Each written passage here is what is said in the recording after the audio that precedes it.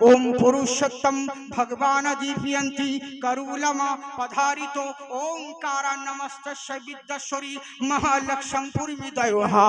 दुनियार बुके বহু মহান ঋষিকে দেখেছো, বহু মহামানবকে দেখেছো, বহু পৃথিবীর বুকে মানবকে দেখেছো, বহু সৃষ্টিকে দেখেছো, কিন্তু এমন একজন মহামানব, এমন একজন মহান সৃষ্টি রয়েছে যার সঙ্গে কারো তুলনা হয় না।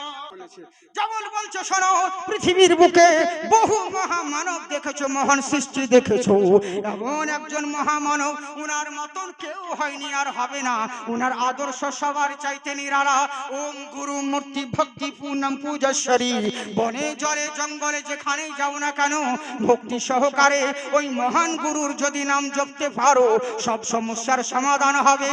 বলে কোন গুরু, কোন মহামানব? বলে এমন মহামানব যিনার সঙ্গে কারো তুলনা হয় না। কুর্মিদম পুণ্য নমঃ পুণ্য মাদায় নমস্তুতে, পুণ্য বাবা শিষ্যাতে। আচ্ছা বলো, আসমানের চন্দ্র আর সূর্য, যদি সূর্য চন্দ্র একদিন যদি ধর্মঘট করে দেয়, পৃথিবীর বুকে যদি চন্দ্র উদয় না হয়, যদি সূর্য না উদয় হয়, পুরো পৃথিবীটা অন্ধকার হয়ে যাবে। আর অন্ধকার হয়ে গেলে পুরো পৃথিবী ধূলিসাৎ হয়ে যাবে।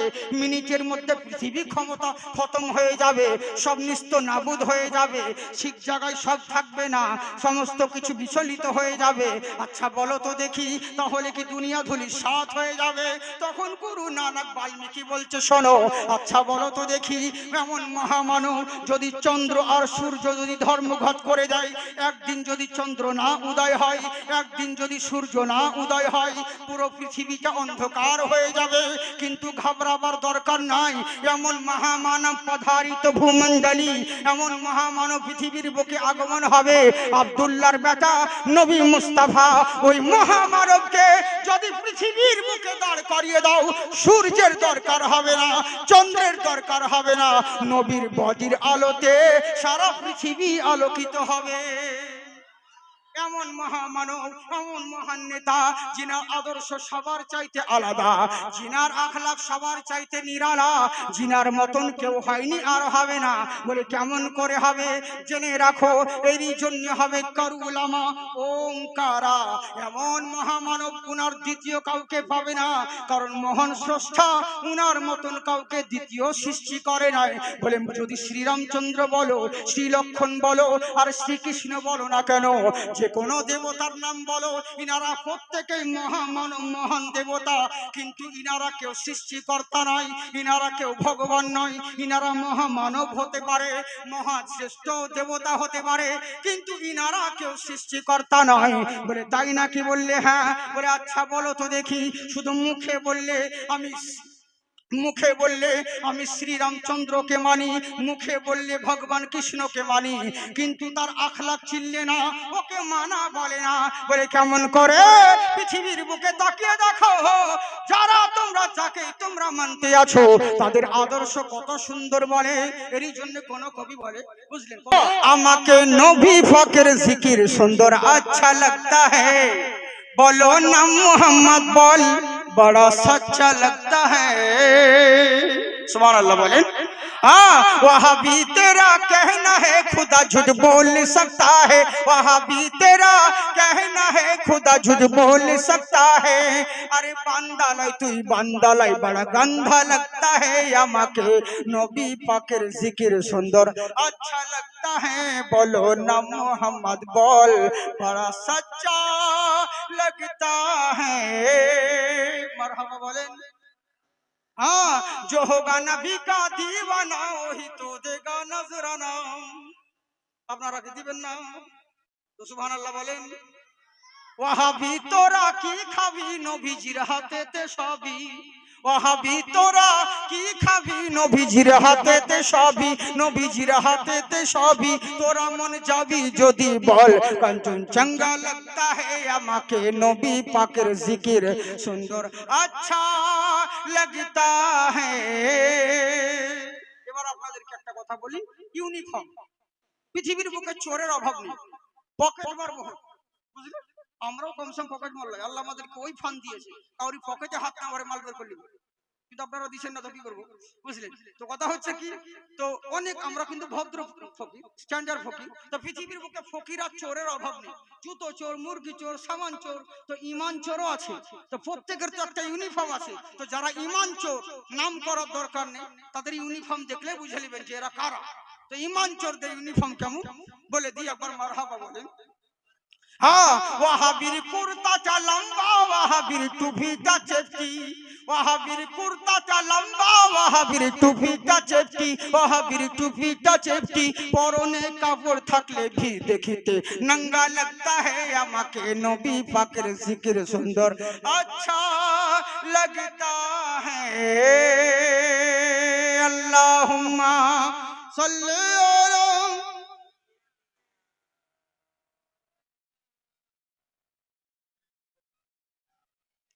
सैयदना मौलाना मुहम्मद वाला आले सैयदना अली और हैदर हैदर बोलेगा, इश्क नबी में पाक लहू का कतरा कतरा बोलेगा। मोहब्बत के साथ बोलिए सुभान अल्लाह। मौला मौला अली अली और हैदर हैदर बोलेगा, इश्क नबी में पाक लहू का कतरा कतरा बोलेगा। लाख लगाए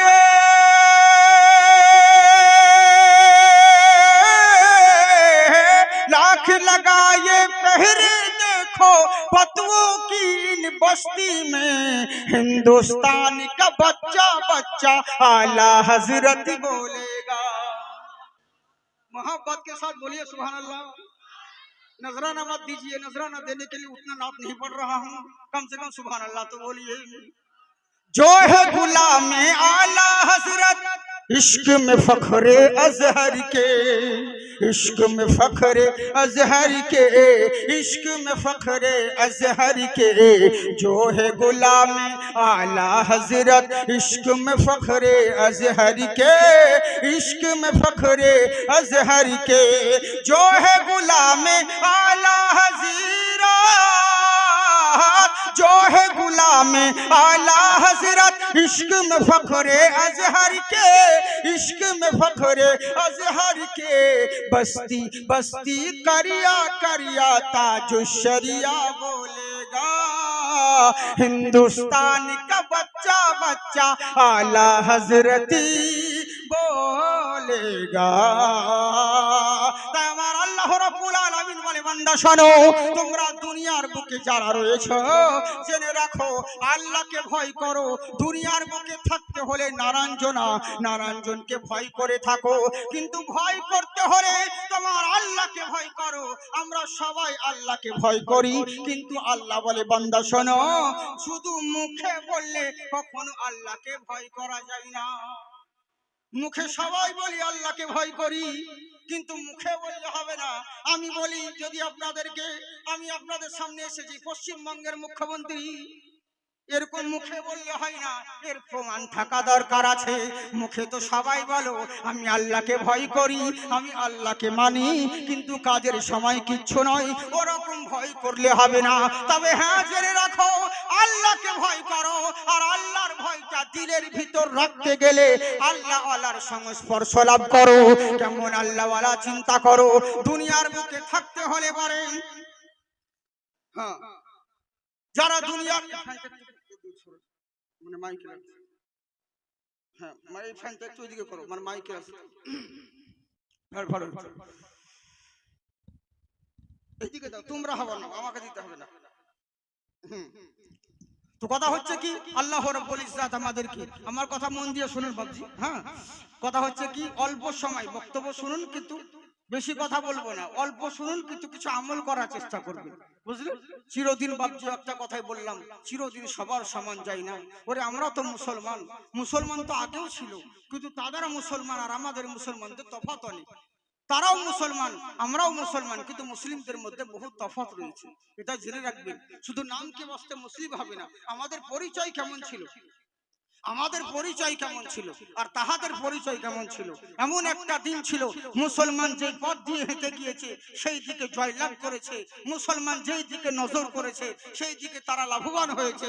আর আমরা এমন একটা দিন চলে এসেছে যেদিকে মুসলিম যাচ্ছে সেদিকে লাঞ্ছিত আর পদদলিত হচ্ছে। প্রবলেমটা কোন জায়গায়? প্রবলেম হচ্ছে আমাদের মধ্যেই তো গন্ডগোল, আমাদের মধ্যে তো হাজার রকম ফিরকা, আমাদের মধ্যে তো হাজার রকম মতবাদ। ভাই ভাই কোনো মিল নেই, ভাই ভাই কোনো মিল নেই, বাপ চাচার মধ্যে কোনো মিল নেই, একে অপরের সঙ্গে ভেদাভেদি দুশ্মনী যতক্ষণ ততক্ষণ, যাকে তাকে যতক্ষণ আছি ততক্ষণ। একজনের সঙ্গে এক মৌলানার সঙ্গে আর এক মৌলানার মিল নেই, এক বক্তার সঙ্গে আর এক বক্তার মিল নেই, মানে কোনো ব্যাপার না। এইটাই হচ্ছে আমাদের। কিন্তু কাজের এরই লেগে দেশের পরিস্থিতি এরকম। মুসলমান আমরা শুধু নামধারী হয়ে গেছি, কিন্তু কাজের কিছু হয়নি। আপনারা জানেন যে আমার ডায়লগ আছে, বহুত পুরাতন ডায়লগ, যে আমরা শুধু নামকে আসতে মুসলমান, চোখে দেখতে পাই না কিন্তু নাম কত ভালো, নজর আলী। ভালো কথা বলি না কিন্তু নাম আদর আলী।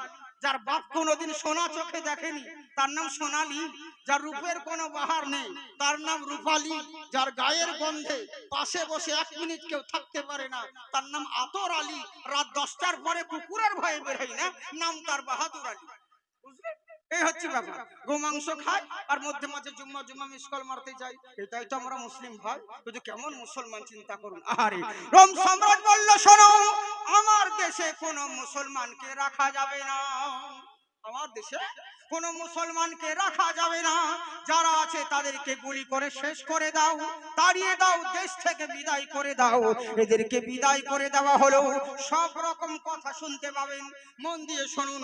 দেশ থেকে বিদায় করে দাও, এরা চারিদিকে এলান করে দিল যে যার ছিল মুসলিমরা পালিয়ে গেল। কিন্তু রাজার কার্যর দরবারে কর্মচারীরা বলতে আছে, হুজুর আমার দেশে আর কোনো মুসলমান নেই। বললে না, তুমি বললে হবে না, আমার মন বলছে আমার দেশে এখনো মুসলমান আছে, আমার দেশে এখনো মুসলমান আছে। এর রাজারা বলছে মুসলিম নেই, কর্মচারীরা, আর এরা বলছেন আমার দেশে এখনো মুসলমান আছে। বলে হুজুর প্রমাণ কি করে করবেন? মুসলিম যে আছে আপনি কি করে জানবেন? আমরা তো চিরনি তল্লাশি করে খুঁজে বেড়ালাম, একটাও তো মুসলিম নেই। রাজা বলছে আছে। তো বলে কি করবো হুজুর? পরীক্ষা করবো কি করে? বলে পরীক্ষা করতে গেলে একটা যুক্তি তোমাদেরকে বলছি।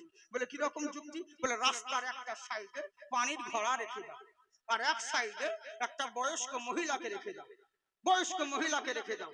আজকে শুধু তেলার চলবে, আপনাদের পরিস্থিতি অনুযায়ী তখন ইনশাআল্লাহ হ্যাঁ আপনাদের সম্মুখে তখন পেশ করা হবে। তো কথা হচ্ছে কি, কি বলছে, রাস্তার এক সাইডে মহিলাকে রেখে দাও আর এক সাইডে পানির ঘোড়া রেখে দাও, মাঝখানে ছেড়ে দাও।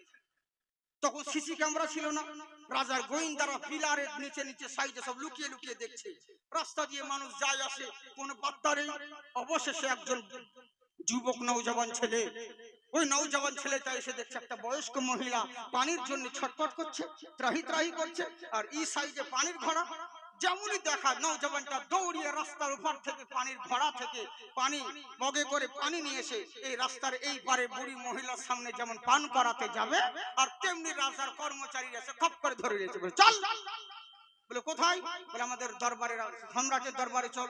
বলে কেন ভাই, আমি কি অন্যায় করেছি? বলে তোর নাম কি? উনি এমন নাম বললেন যে নামটা ইহুদিদের নাম, খ্রিস্টানদের নাম।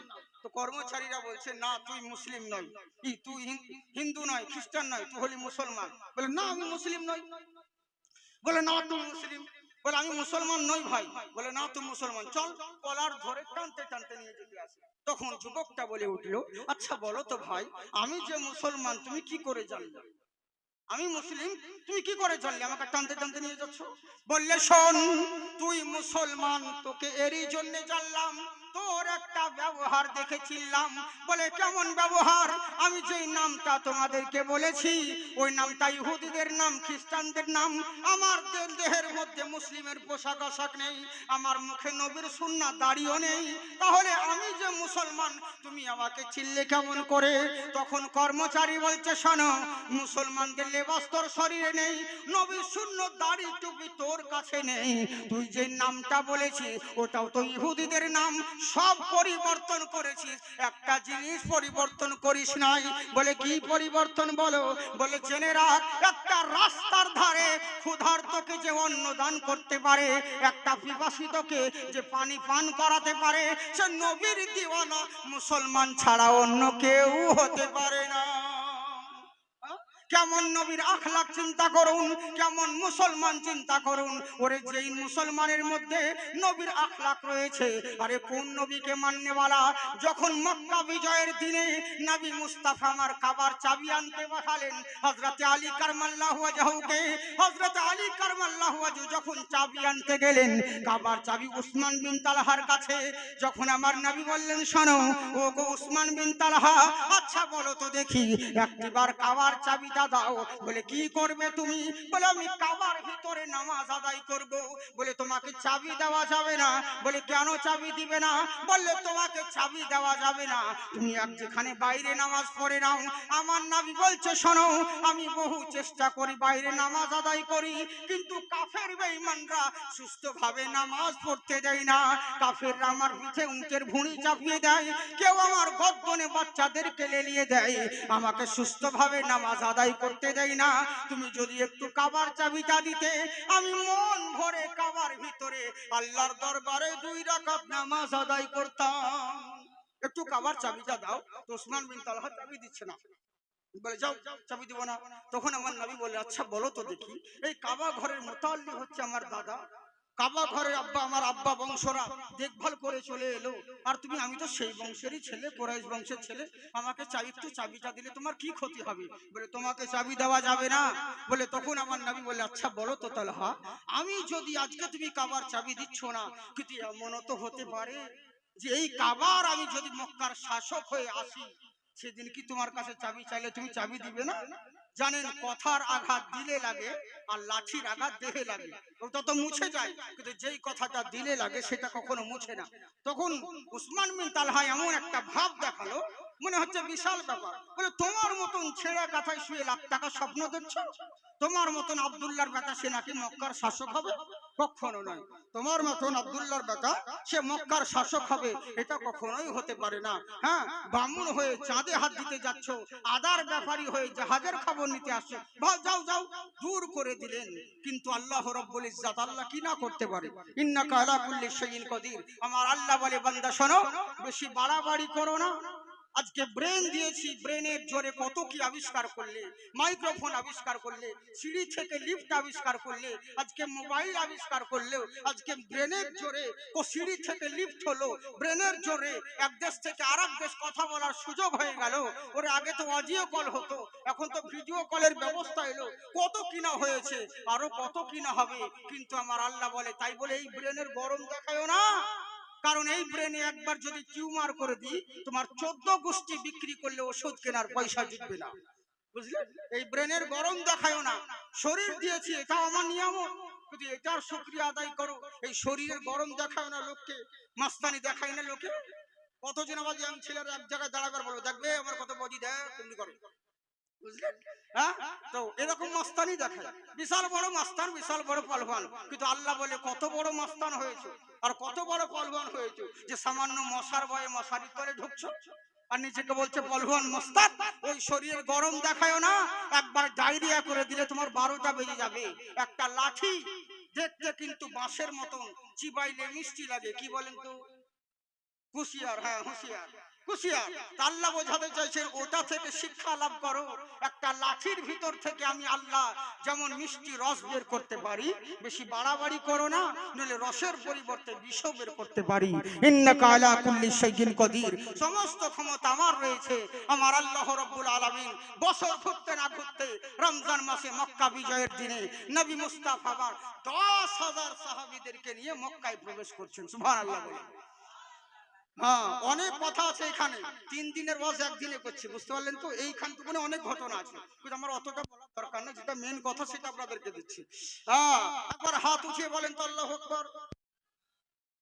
সবাই উঠাই না, সবাই আড়াই ভোটে শুধু লুঙ্গি তুলে চিল্লাবে, ইনকিলাব জিন্দাবাদ, বডি থাকবে মাথাবাদ। আমার ডায়লগ, আমার এখানে একজন ভাই বলছে যে আপনার একটা ডায়লগ শুনেছি খুব বলেন, কথাটা আপনাকে ক্লিয়ার করে দিচ্ছি, আমি এটাই বলি। হ্যাঁ, কতজন বলে জাকির সাহেব তোমরা বলো আমরা বাদ, হ্যাঁ যদি করো প্রতিবাদ, দর থাকবে মন্টুবাদ। আমি বলি ভয় করি না রে, আমার জন্মস্থান মুর্শিদাবাদ, তো যে হাত আল্লাহ আল্লাহ রসুলের নামে উঠে ওই হাতে কোনোদিন লাকুয়া পড়ে না। একবার হাত উঠিয়ে বলেন ইয়া রাসূলুল্লাহ, माशाअल्लाह जिंदाबाद থাকুন। के दर्शन के दिन वा लहराइल हो जति मक्का मदीना मौसम बहार फिर आइल हो ओ जति मक्का मदीना। হ্যাঁ, আমি তো শায়ের নয়, আপনাদের সম্মুখে তো শায়ের সাহেব আছেন। হ্যাঁ, উনি সব রকম ভাই বলছেন, আমি দু একটা মিশ্রা হয়তো বলছি আপনাদেরকে। হ্যাঁ, কমসে কম সুবহানাল্লাহ তো বলে। চাঁদা আদায় করার মতো যদি সুবহানাল্লাহ আদায় করতে হয় বলবো, তারপরে তাহলে কেমন করে হবে? পরে নবীর মহব্বতে একবার সুবহানাল্লাহ বললে 80 কি করে নেকি পাওয়া যায়। জোরে বলেন সুবহানাল্লাহ।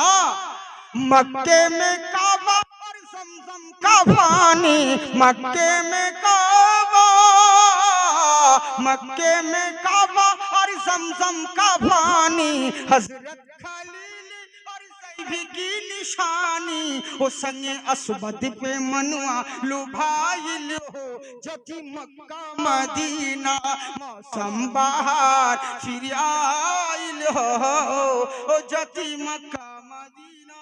अल्लाहुम्मा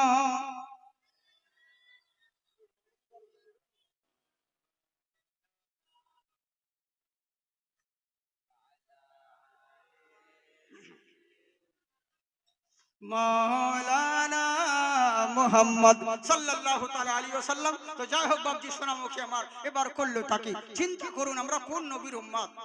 আরে হেদায়েত কাকে বলে, হেদায়েত কোন জায়গায় পাওয়া যায় চিন্তা করুন। আমরা কেমন মুসলমান আর কোন নবীকে মাননেওয়ালা। আহারে, যেমন মক্কা বিজয়ের দিনে এখানে প্রবেশ করলেন আমার নবী মুস্তাফা, বললেন শোনো, রাস্তায় যেতে যেতে রমজান মাস, সাহাবীদেরকে নবী আমার বললেন শোনো, তোমরা আজকের দিনে রোজা ভেঙে দাও, রোজা ভেঙে দাও।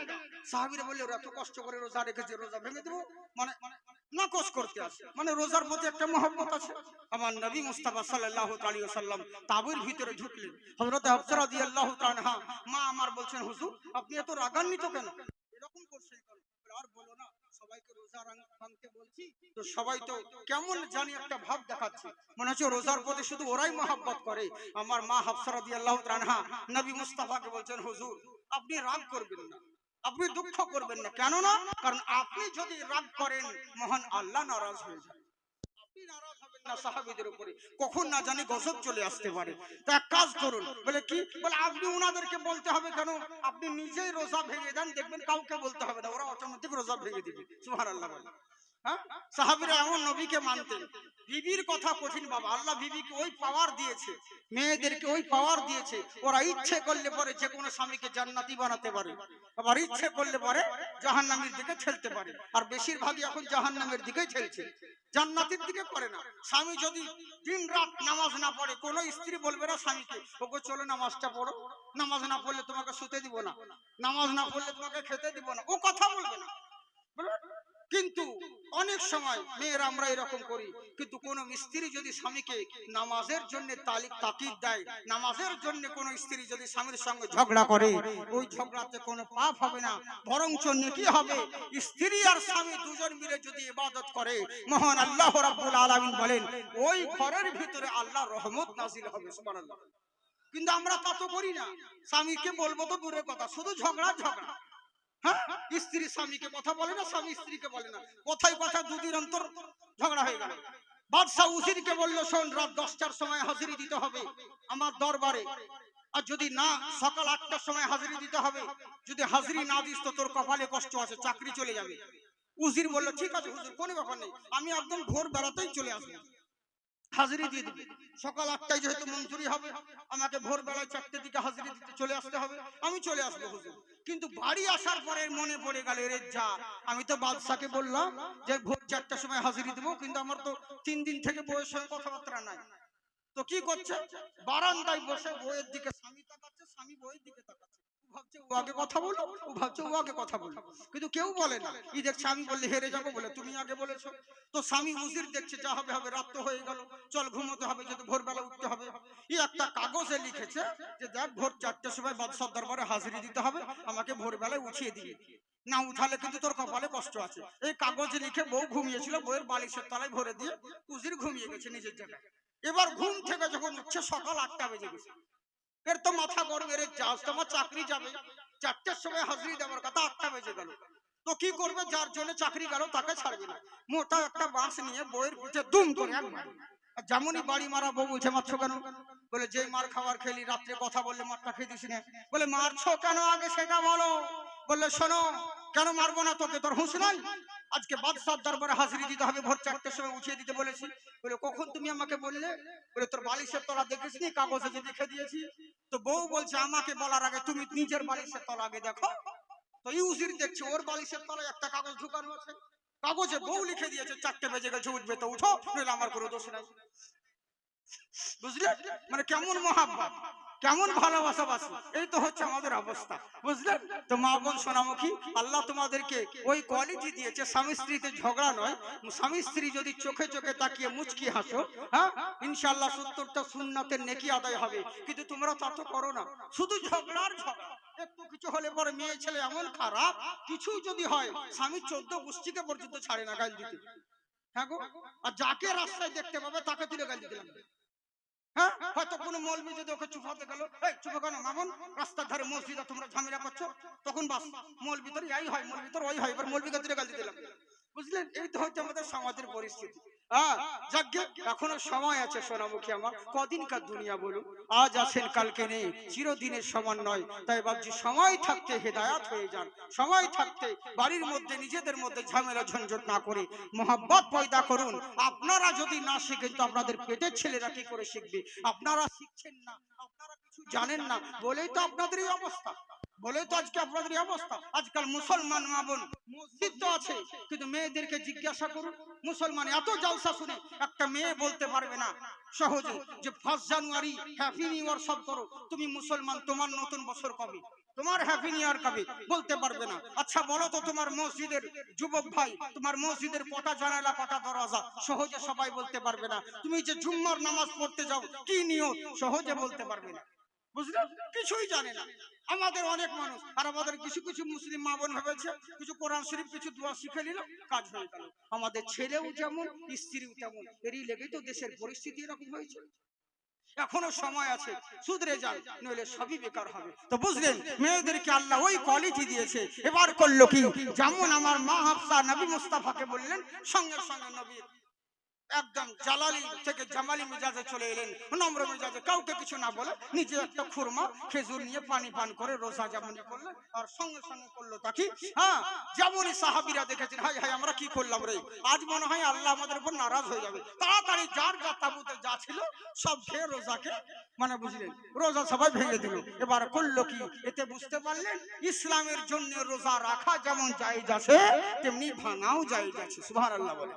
বুঝলেন, এবার করলো কি, নবী মুস্তাফা সাল্লাল্লাহু আলাইহি ওয়াসাল্লাম সাহাবাবর্গদেরকে নিয়ে মক্কায় প্রবেশ করলেন। সমস্ত কাবা ঘরে চত্রে যখন হাজির হলেন, মক্কাবাসী যারা রয়েছে কাফের বেঈমানরা, এদের মনে ত্রাহি ত্রাহি করতে লাগলো, আজকে আমাদের রেহাই নেই, আজ আমাদের শেষ নেই, আজকে হয়তো আমরা কতল হয়ে যাব, আমাদের বিবিরা হয়তো বেওয়া হয়ে যাবে। অনেক বিবিরা ভাবে আজকে আমাদেরকে বিধবা হতে হবে, আজকে আমাদের স্বামীরা কতল হয়ে যাবে, সবকে শেষ করে দিবে, ধূলিসাৎ করে দিবে। কেন দিবে? কারণ কিছুদিন আগে ওই মুসলমানদেরকে কত অত্যাচার করেছি, নবী মুস্তাফার পিঠের উপরে উটের ভুঁড়ি চাপিয়ে দিয়েছি, কত জুলুম নির্যাতন আমরা করেছি। তাহলে আজকে যখন ওরা জয়ী হয়েছে, আজকে বদলা তো নিতেই হবে, যেহেতু বদলা নেওয়ার জন্য সবাই চলে আসছে। আজ আমাদেরকে শেষ দিন মনে হয়, আর দ্বিতীয়বার দিনের মুখ দেখতে পাবো না, আজকে আমাদেরকে কতল হতে হবে। নানান জনের মনে নানান রকম, সবাই ভয়ে কি আলোক আতঙ্কিত হয়ে আছে। কিন্তু আমার নবীর কথা দেখুন, আল্লাহ রাব্বুল ইজ্জাতের পয়গম্বর আমার নবী মুস্তাফা সাল্লাল্লাহু তাআলা আলাইহি ওয়াসাল্লাম বললে, শোনো গো ও আমার মক্কাবাসীরা, তোমরা কেউ টেনশন করবে না, তোমরা কেউ ঘাবড়িয়ে যাবে না। আমি নবী পৃথিবীর বুকে বদলা নিতে আসিনি, আমি ক্ষমা করে দিতে এসেছি। সুবহানাল্লাহ।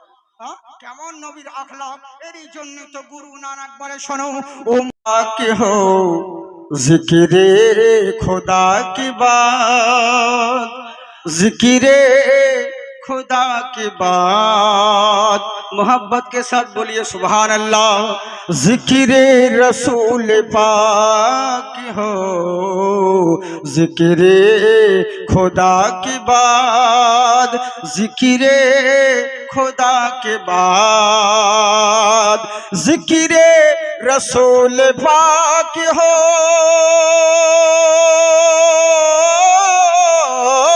जिक्रे रसूल पाक हो, जिक्रे खुदा की बात हो, बात अंबिया के मेरे मुस्तफा की बात, मेरे मुस्तफा के बाद।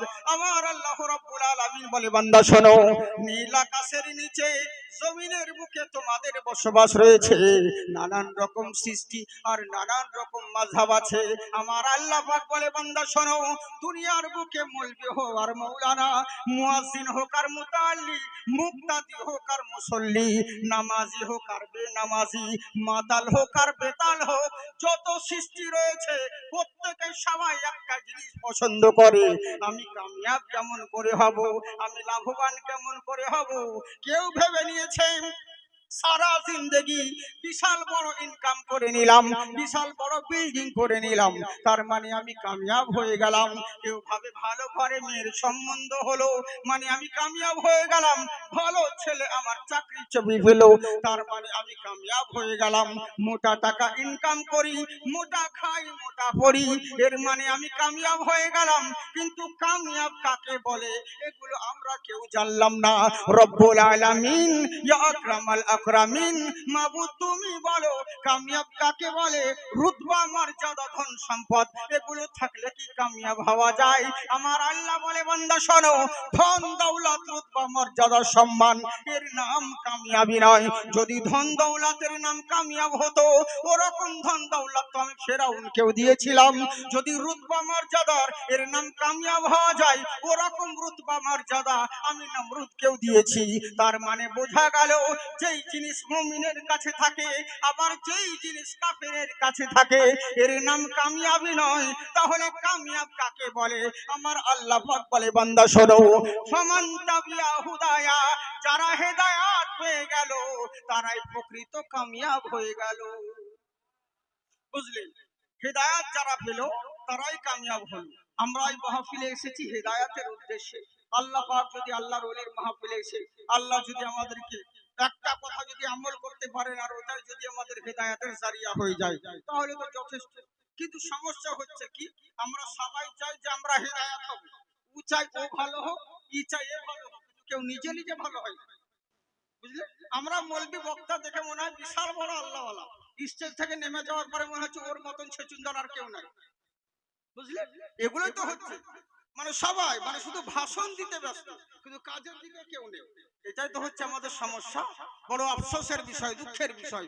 স্টেজে খুব ভাষণ দিলাম, সুদ খাওয়া যাবে না, 1 টাকা সুদ খেলে পরে এত গুনাহ অত গুনাহ, খুব বক্তব্য দিলাম। বাবা ওই মৌলবীকে তো 50,000 টাকা দেন, বলে মাদ্রাসার লেগে হুজুর আমার সুদের টাকা আছে কি করবো? বলে দেন ভাই দেন। বলে কি করবো? বলে বাথরুমে লাগিয়ে দেবো। বুঝলেন? এই তো হচ্ছে ব্যাপার। তার মানে কি, শুধু আমরা বলেই গেলাম, আমল কিছু করলাম না, এরই লেগে জালসাতে কোনো কাজ হয় না। বুঝলেন? জালসা অনেক শুনছি, জালসা অনেক হচ্ছে, কিন্তু কাজের কাজ কিচ্ছু হয় না। বুঝলেন? হেদায়েতের উদ্দেশ্যে আমরা এসেছি, কার মাহফিলে বসে আছি? মুফতি আজম হিন্দ। আরে তিনি গেলেন মেহবুব ইলাহির দরবারে। কেমন মুফতি আজম হিন্দ চিন্তা করুন, উনাকে প্রশ্ন একজন বদমাযহাব সে প্রশ্ন করতে আসে, আচ্ছা হুজুর আপনি মুফতি আজম হিন্দ? বলে হ্যাঁ, আমার নাম তো মুস্তাফা খারাজা। বলো কি বলতে আছো? বলো হুজুর দেশের মধ্যে তো অনেক রকম লোক আছে, কেউ বলছে নবী নাকি ইলমে গায়েব জানে, আবার কেউ বলছে নবী ইলমে গায়েব জানে না, আপনি কি এমন কোন আকীদার বিশ্বাসিত? উনি বলছেন আমি আলহামদুলিল্লাহ আমার নবী ইলমে গায়েব জানেন, সমস্ত ইলম আমার আল্লাহ আমার নবীকে শিখিয়ে দিয়েছেন, এটার উপর আমি বিশ্বাস করি, এটার উপর আমি বিশ্বাস করি। বলে হুজুর যদি নবী সত্যিকারই ইলমে গায়েব জানতো তাহলে ওনার বেটি যুদ্ধের সময় ওনার বেটি রুকায়া ইন্তেকাল করলেন, কই তখন ওসমান গনিকে বলতে পারলেন না? ওনার নিজের বেটির জানাজায় নিজে হাজির হতে পারলেন না? ওনার পায়ে মোজা পড়তে যেতেন, ওই মোজার ভিতরে সাপ ছিল, একটা চিল এসে দেখলে ওই পায়ের মোজা হ্যাঁ, নাভি পায়ে দিলে পরে কামড়াবে সাপে, তাই মোজাটাকে দূরে নিয়ে গিয়ে ফেলে দিল, সাপটা পড়ে গেল। নবী যদি জানতেন তাহলে কই নিজে থেকে মোজা ফেলে দিলেন না? অনেক ইত্যাদি রকম প্রশ্ন করলেন। বলে হুজুর এটা কেন করলেন না? ই কিন্তু বিয়াদবের হুঁশ নেই। আরে যেই ইলমে গায়েব চিল জানতে পারলো, ওটা কি আমার নবী জানতে পারেন না? চিল বুঝতে পারলো যে মোজার ভিতরে সাপ আছে, আর নবী জানেন না? এই হচ্ছে বেকুব। তুমি বলছেন ঠিক আছে, তুমি তো অনেকগুলো প্রশ্ন করলে, অসংখ্য, আমি তোমাকে 3টে প্রশ্ন করব, উত্তর দিতে পারবে? বলে এটাই তো আপনাদের বেরেলি মৌলবীদের স্বভাব খারাপ, উত্তর তো দিবেন না, ঘুরিয়ে আপনারাই প্রশ্ন করবেন। বললে শোনো, আমি তোমাকে প্রশ্ন করছি, শুধু শুনে যাও, উত্তর তোমাকে দিতে হবে না, না দিলেও তুমি যে প্রশ্ন করেছো আমি সেই উত্তর দিব, কোনো ব্যাপার নেই, কিন্তু তুমি শোনো। বলে হ্যাঁ হুজুর বলেন তো দেখি কি বলতে আছেন। বলে আচ্ছা শোনো, শরীয়তের মশলা কি, যে এক দেশ থেকে কর্জ নিয়ে ধার নিয়ে এসে অন্য দেশে বসবাস করে এমন একজন ব্যক্তি, তার উপর শরীয়তের কি হুকুম আছে? যার মা আপাহিজ ভিক্ষা করে খাচ্ছে রোজে পিয়ালা নিয়ে, আর তার ছেলে বাদশাহীর মতন চালচলন করে বেড়াচ্ছে, ঘুরে বেড়াচ্ছে, তার উপর শরীয়তের কি মশলা হয়? উনি বলছেন হুজুর আর বলিয়েন না। বলে কেন? বলে যে অন্য জায়গায় থেকে ধার করে নিয়ে এসেছে ওই ব্যক্তি আমি, আর আমার মাই ভিক্ষা করে বেড়ায়, আমার মাকে আমি দেখি না, আমি সেই ব্যক্তি। তো বুঝতে পারে, আরে বেরেলির মুফতি আজম হিন্দ মুস্তাফা খাঁ রাজার ইলম যদি এরকম হয়, তো মুস্তাফা খাঁ রাজাকে যে বানিয়েছেন নবী মুস্তাফার ইলম কতটা হয়? হ্যাঁ, উনার ইলমের জবাবের কি কথা? তেরই জন্য বলছি বাবজি, বসুন। আল্লাহ ওয়ালা শুধুই হওয়া যায় না, আল্লাহ ওয়ালা হতে গেলে কি হতে হয়?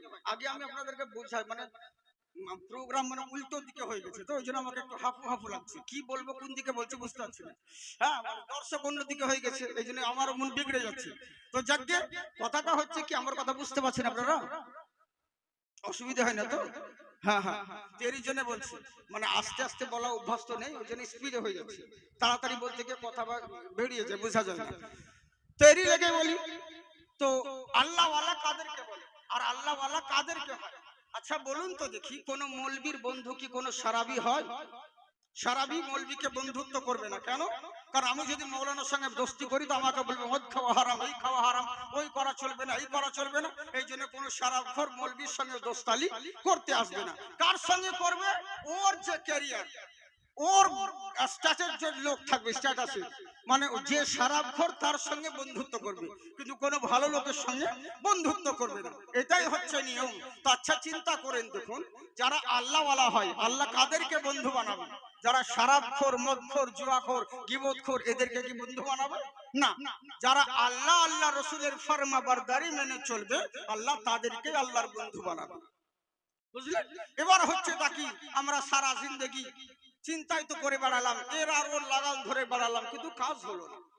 আল্লাহ ওয়ালাদেরকে দেখে আল্লাহর ওলি কেমন করে হওয়া যায়, আর আল্লাহ ওয়ালা হতে গেলে কি হবে? একটা ওয়াকাই আপনাদেরকে বলে দিচ্ছি, ছোট্ট কথা। উফির সরজমিনে কয়েকজন বন্ধু মিলে এরা চললো মেহবুব এলাহির দরবারে।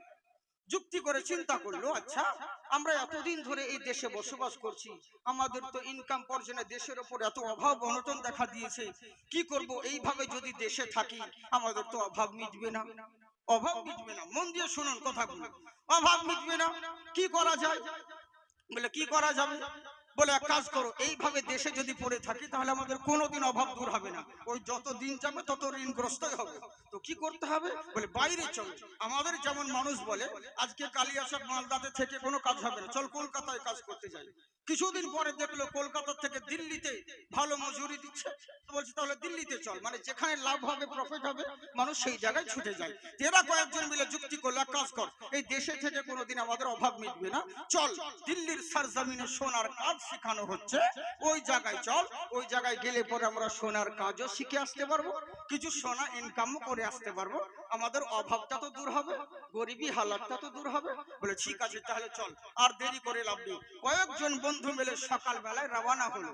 কিছু দূর যেতে যেতে রাস্তার ধারে একজন আল্লাহওয়ালার কুঁড়ে ঘর ছিল, দায়রা পাক, একটা তাবু আছে, ওই কুঁড়ে ঘরে এদের নজর পড়লো। আর কুঁড়ে ঘরের দরওয়াজার সামনে আল্লাহওয়ালা বান্দা সাদা পোশাক পরিধান করে, সাদা পাগড়ি, সাদা জুব্বা পরে দাঁড়িয়ে রয়েছে। এরা সবাই মিলে তাকিয়ে দেখতে আছে, এ কোন আল্লাহওয়ালা রে, যাকে দেখলে পরে আল্লাহর স্মরণ চলে আসে। কেমন আল্লাহওয়ালা, তিনার দিকেই দেখতে আসে। দেখতে দেখতে চিন্তা করলে যে এখানে থেকে তো আমাদের সময় কাটিয়ে লাভ নেই, আমাদেরকে যেতেই হবে। কোথায়? যেই কাজের জন্য বেরিয়েছি সেই দিকে যেতে হবে। এই বলেই নারদ চলছে। একজন বান্দা ওখানে দাঁড়িয়ে গেলেন। এই, তুই দাঁড়িয়ে আছিস কেন? চল, দেরি হয়ে যাচ্ছে। বলে তোরা যা, আমি যাব না। বলে কেন যাবি না? বলে শোন ভাই, এর জন্য আমি যাব না, তোরা চলে যা, আমি যাব না। বলে কেন? কথা হয়েছিল আমরা সবাই মিলে একসঙ্গে কাজ করতে যাব, এখন তুই আবার পিছন কাটছিস কেন? বলে ভাই তোরা যা, আমাকে ভালো লাগছে না, আমি এখানেই থাকবো। বলে কোন ব্যাপার নেই, থেকে যা, আমরা চললাম। এরা চলে গেল। এই মানুষটা কিন্তু এখানেই থেকে গেল এই আল্লাহওয়ালা বান্দার দরবারে। কি করে? আল্লাহর ওলি যখন ওযুর কথা আসে, টাইম আসে, ওযুর বানিয়ে গিয়ে দেয়, মুসাল্লা বিছিয়ে দেয়, জামা কাপড় খেঁচে দেয়। এক কথায় ইনার খিদমতেই ব্যস্ত থেকে গেল, আল্লাহর ওলির খিদমতে ব্যস্ত হয়ে গেল। এবার দিনের পর দিন দেখতে দেখতে বছর নাগাদ ঘুরতে ঘুরতে ওই বান্দাগুলো যারা একসঙ্গে বন্ধুগুলো গিয়েছিল, ওরা সব স্বর্ণের কাজ শিখে কালো ছোট্ট ব্যাগে কিছু স্বর্ণ নিয়ে চলে আসতে আছে, বাড়ির দিকে রওনা হচ্ছে, বেশ আনন্দে আসছে। আর আস্তে আস্তে ওই রাস্তার ধারে আল্লাহওয়ালার দায়রা পুড়ে ঘর দেখছে এই ছেলেটা রোদে জামা শুকোচ্ছে। আর একে দেখে এরা দোষ বাড়তে লাগলো, দেখ আমাদের সঙ্গে যদি আজকে যেত, আমাদের মতন কাজও করে আসতে পারতো, কাজ শিখে আসতে পারতো, কিছু সোনাও ইনকাম করে আনতো। আজকে দেখ ভণ্ড ফকির আল্লাহওয়ালার পাল্লায় পড়ে নিজের সময়টাকে নষ্ট করে দিল। আমাদের সঙ্গে চলে গেলে তো কিছু লাভবান হতো। এই কথা যেমন শোনা, মন খারাপ হয়ে গেল। এটা স্বাভাবিক ব্যাপার। আপনারা যদি দুই বন্ধু হন, আর যদি একজন পাশে 3 তলা বিল্ডিং করে, সমান চাকরি করে, আর একজন যদি না করতে পারে, তো লোকে বলবে ওর হলো, তোর কেন হচ্ছে না? মনটা খারাপ হবে। তো চিন্তায় পড়ে গেল, বাড়ির অভাবের কথা, হয় রে এদের তো লাভবান হয়ে গেল এরা, কিন্তু আমার তো ইনকাম এখনো হলো না, আমি তো অভাবেই থেকে গেলাম। বাড়ির কথা মনে পড়ে গেল, কিন্তু কি করবে, উপায় তো নেই। কান্না, মন খারাপ করে একটু চোখ দিয়ে অশ্রু বের করতে লেগেছে, কান্না করতে লেগেছে। আর আল্লাহওয়ালা এইদিকে ভিতর থেকে ডাক দিচ্ছে, বাবা নিজামুদ্দিন শোনো। বলে লাব্বাইক ইয়া হুজুর, বলুন।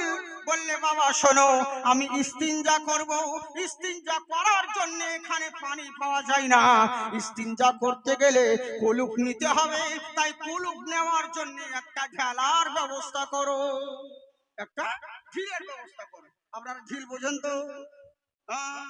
পানি না থাকলে যেতে নেই, অত নেন না, তোর কি বুঝবে? হ্যাঁ, নেন্নারি লেগে বসে। তো বলছে কুলুপ নেওয়ার জন্য ঢিলের দরকার আছে, একটা ঢিলের ব্যবস্থা করো। ইনি ঢিল খুঁজতে গেল, অনেকক্ষণ হয়ে গেল, 10 মিনিট হয়ে গেল, আধা ঘন্টা হয়ে গেল, 1 ঘন্টা হতে যাচ্ছে, এর খবর নেই। আল্লাহর ওলি ভিতর থেকে ডাক দিচ্ছে, আচ্ছা বলো বাবা, তোমাকে যে ঢিল আনতে বলেছি তুমি কি ভুলে গেছো? এখনো দেরি হচ্ছে কেন? বলে হুজুর আর বলবেন না, আপনি যখন থেকে আমাকে ঢিল খুঁজতে বলেছেন, আমি তখন থেকে ঢিল খুঁজতে আছি, আমার নজরে ঢিল পড়ছে না, আমি ঢিলি নজরে দেখতে পাচ্ছি না। মন খারাপ হয়ে গেল। আপনাকে যদি বলি এখানে এক মুষ্টি মাটি তুলে দেন, আর ও যদি বলে আমি তো হুজুর মাটি দেখতে পাচ্ছি না, তো কি বলবো? হবে তুই কি কানা, চারিদিকে মাটি তুই দেখতে পাচ্ছি না? বলছে আমি মাটি পাই না। তো বলছে চারিদিকে বানসার জমিন, ওই তো কত বড় বড় ইট ঠেলা পড়ে আছে, আর তুমি বলছো আমি ঢিল খুঁজে পাচ্ছি না। বললে হুজুর ঠিকই বলেছেন, কিন্তু আল্লাহর কসম করে বলি, আমিও যেমন ঢিল মনে করে হাত দিতে যাচ্ছি, সঙ্গে সঙ্গে দেখছি সোনা হয়ে গেছে। আমিও ঢিল মনে করে যাচ্ছি যেমন, আর তেমনি হুজুর সোনা হয়ে যাচ্ছে। বললে ওটাই নিয়ে এসো। বলে কখনো না। বলে কেন আনবে না? বলে হুজুর আপনার কাছেই শুনেছি শরীয়তের মশলা হলো কুলুপ নিতে গেলে মাটির ঢিল দিয়ে কুলুপ নিতে হবে, সোনা চাঁদি লোহা ইত্যাদি জিনিস দিয়ে কুলুপ নেওয়া যায় না। সোনা চাঁদি লোহা দিয়ে তো কুলুপ দেওয়া যায় না, মাটি দিয়ে নিতে হবে। তো কি করে আনবো? বললে শোনো।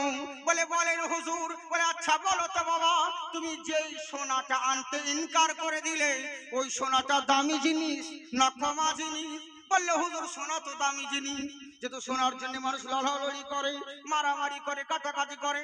কোনো মেয়ে যদি স্বামীকে বলে আমার সোনার দরকার, আর যদি না এনে দেয় তো কুকুর কেন্দারি করে দিবে, বুঝলে?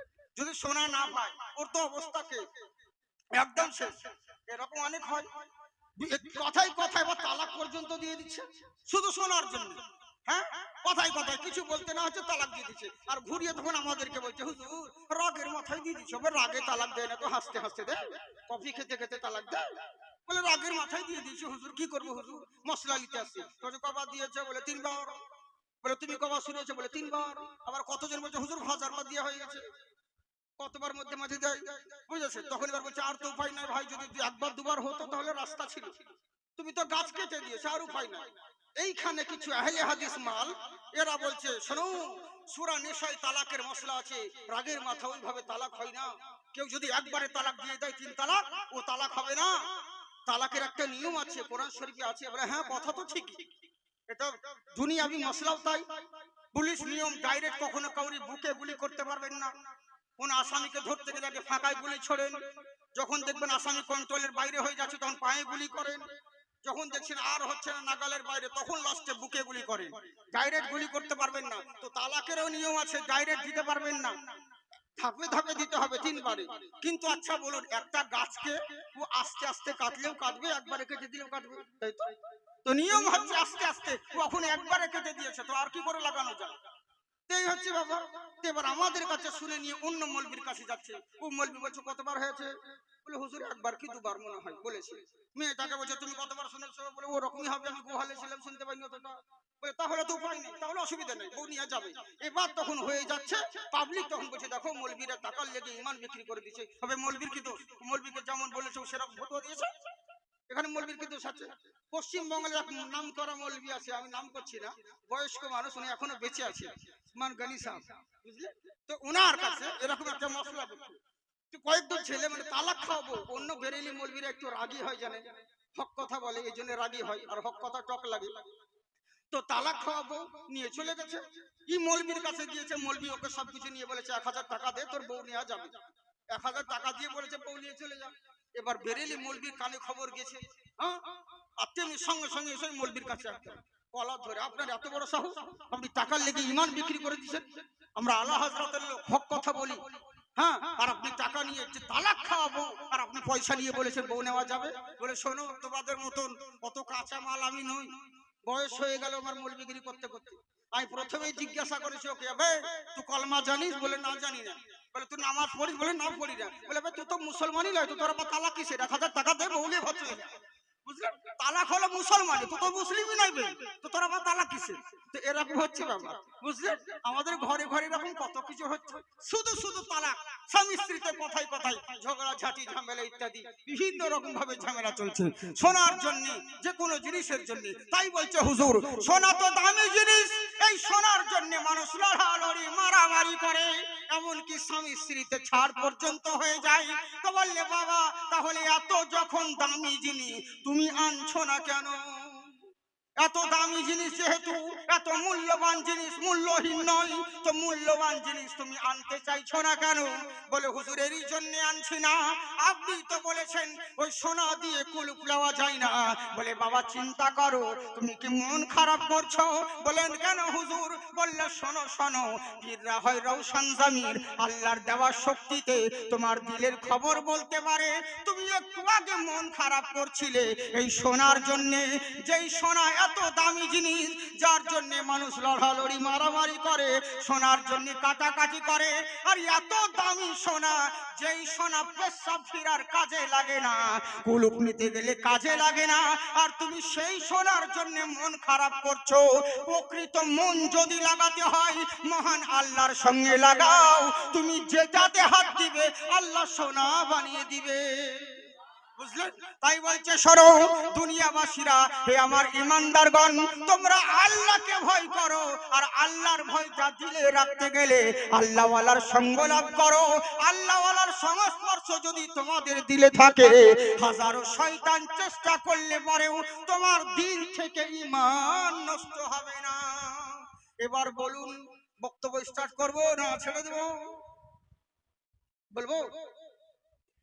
হ্যাঁ হ্যাঁ, না আমি জিজ্ঞেস করে করে বলতে হয় তো, জি অনেক সময় হয় আমার উপায় না, এখন উঠে গেছি আর তো বক্তা না, এখন যা বলছে চালাও ওই শুনতে হবে, এখন উপায় না, এরকম অনেক জায়গায় হয়, বুঝলেন তো? তো ওর জন্য বলছি জিজ্ঞেস করার বেশিক্ষণ বক্তব্য রাখবো না, ওই ধরনের মাল আমরা নয় যে আপনাদেরকে বিরক্ত করব।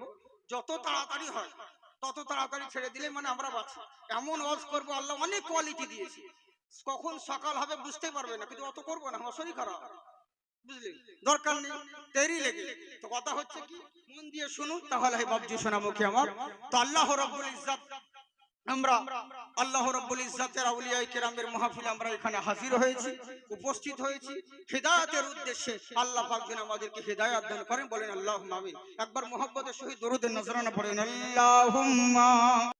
যে তোমরা কাকে মানছো দেখো, যে পৃথিবীর বুকে কে তকতে তকতে बूढ़े हो गए धरती और आकाश, जब जब राम ने जन्म लिया तब तब पाया बनवास।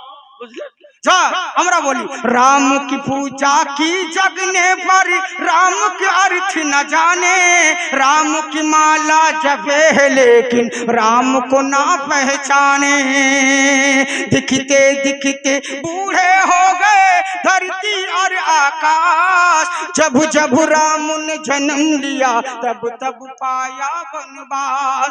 শুধু তাদেরকে মানলে হবে না, তাদের আখলাক তাদের আদর্শ তোমার মধ্যে থাকতে হবে। তাই বলছে শুনে রাখো, পৃথিবীর বুকে যে কোনো দেবতা বলো না কেন, নবীর সঙ্গে কারো তুলনা হয় না।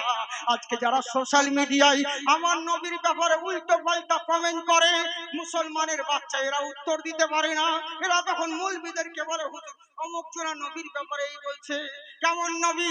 নবীর সঙ্গে অন্য দেবতার তুলনা করতে আছে। কিন্তু জেনে রাখো, তোমাদের ধর্মগ্রন্থে লেখা রয়েছে ওরে নবীর বেটার সঙ্গে, আব্দুল্লাহর বেটার সঙ্গে, নবী মুস্তাফার সঙ্গে কারো তুলনা করতে পারবে না। এরই জন্যই পারবে না কারণ মহান নবীর মতন কারো উলামা দ্বিতীয় মহান স্রষ্টা সৃষ্টি করেন নাই। আল্লাহ হলেন এক, যার দ্বিতীয় কেউ নেই। আমার নবী হলেন দ্বিতীয়, যার তৃতীয় কেউ নেই।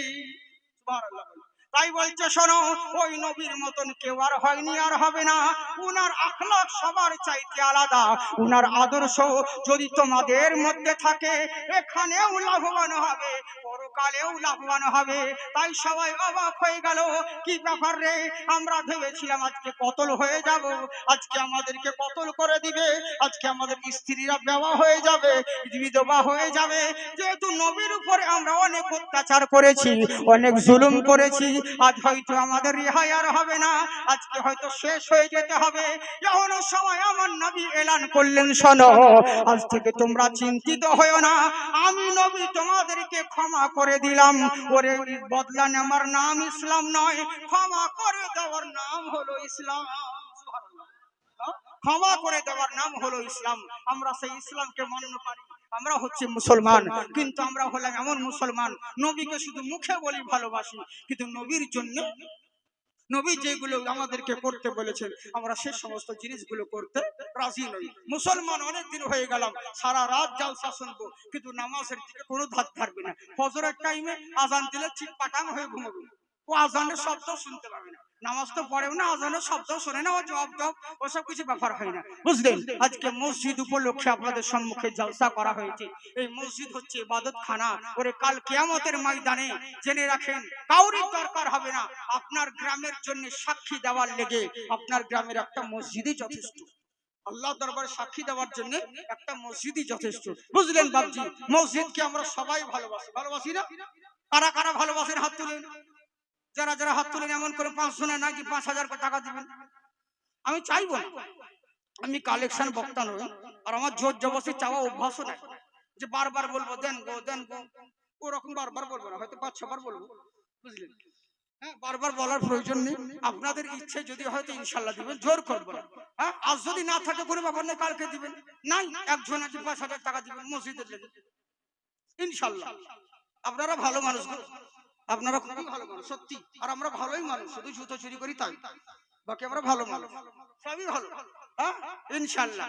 যাকে নাই আমাদের তো এরকমই হচ্ছে, সব ভালো কিন্তু আসল জায়গায় গন্ডগোল। ছেলে আমার সব ভালো, হুজুর কোনো নেশা ভাঙ করে না, বন্ধু বান্ধবদের সঙ্গে আড্ডা মারে না, জুয়া খেলে না, তাস খেলে না, লুডু খেলে না, ক্যারম খেলে না, কিছু খেলে না, শুধু বন্ধুদের পাল্লায় পড়ে মাঝে মধ্যে মদটা খায় তাই, বাকি ওসব কোনো কারণ। আমার ছেলে খুব ভালো। বিহাজ করতে গিয়ে হবো, বউ দেখতে গিয়ে, মাস্টারের বিয়ে দেখতে গিয়ে কি ঝামেলা। হাইরে হাইরে, বউকে এমন ভাবে সাজিয়ে নিয়ে এসেছে, বউকে জিজ্ঞাসা করা হচ্ছে সব রকম, আই বিএ পাস করো, মুখ পাস করো, সব বললো। বলার পরে এবার জিজ্ঞাসা করা হচ্ছে জাকির ভাই তুমি কিছু বলো। এবার আমি কি বলবো, কে বলুন। আমি বলছি ভাই আমি কি বলবো ওকে, তোমরা তো যা জিজ্ঞেস করা করে নিন, আমি আর কি জিজ্ঞেস করবো। কিছু জিজ্ঞেস করো যখন এসেছো। এবার মেয়েকে জিজ্ঞেস করছে আচ্ছা বোন তুমি আরবি পড়তে জানো, আরবিক জানো? জানি। তো ও তো জানি বলছে ওর পাশে বুড়ি ছিল নানি, ও নানি বুড়ি ওরা বা ফিকা বেশি। ও আবার বলছে হুজুর শুধু কোরআন শরীফ দাও, আমার নাতনি 4 বার খতম দিয়ে দিয়েছে, যা দোয়া বললেন সব দোয়া জানে। আমি ওকে দোয়া জিজ্ঞেসই করতাম না, কিন্তু ওই যে নানি বুড়ি বলছে সব দোয়া জানি আমার নাতনি। বাহ, আচ্ছা বোন তুমি দোয়া জানো? বলে হুম। আচ্ছা বলো তো ভাত খাওয়ার দোয়া কি? বলে আল্লাহুম্মা ইন্নী আউযুবিকা মিনাল খুবসি ওয়াল খাবাইস। বুঝলে তো সবাই বলছে হুম, দেখো বেরাচ্ছে। মাস্টারকে বলছে মাস্টার হয়েছে? বলে হ্যাঁ হয়েছে। ও শালাও তো জানে না, বুঝলেন? ও তো তালকানা, ও তো বলছে জানি না, হ্যাঁ হয়েছে। এই হচ্ছে অবস্থা। ওকে জিজ্ঞাসা করছে ভাত খাওয়ার দোয়া, ও আমাকে বাথরুমে যাওয়ার দোয়া বলছে, টয়লেট যাওয়ার। এই তো হচ্ছে আমাদের অবস্থা।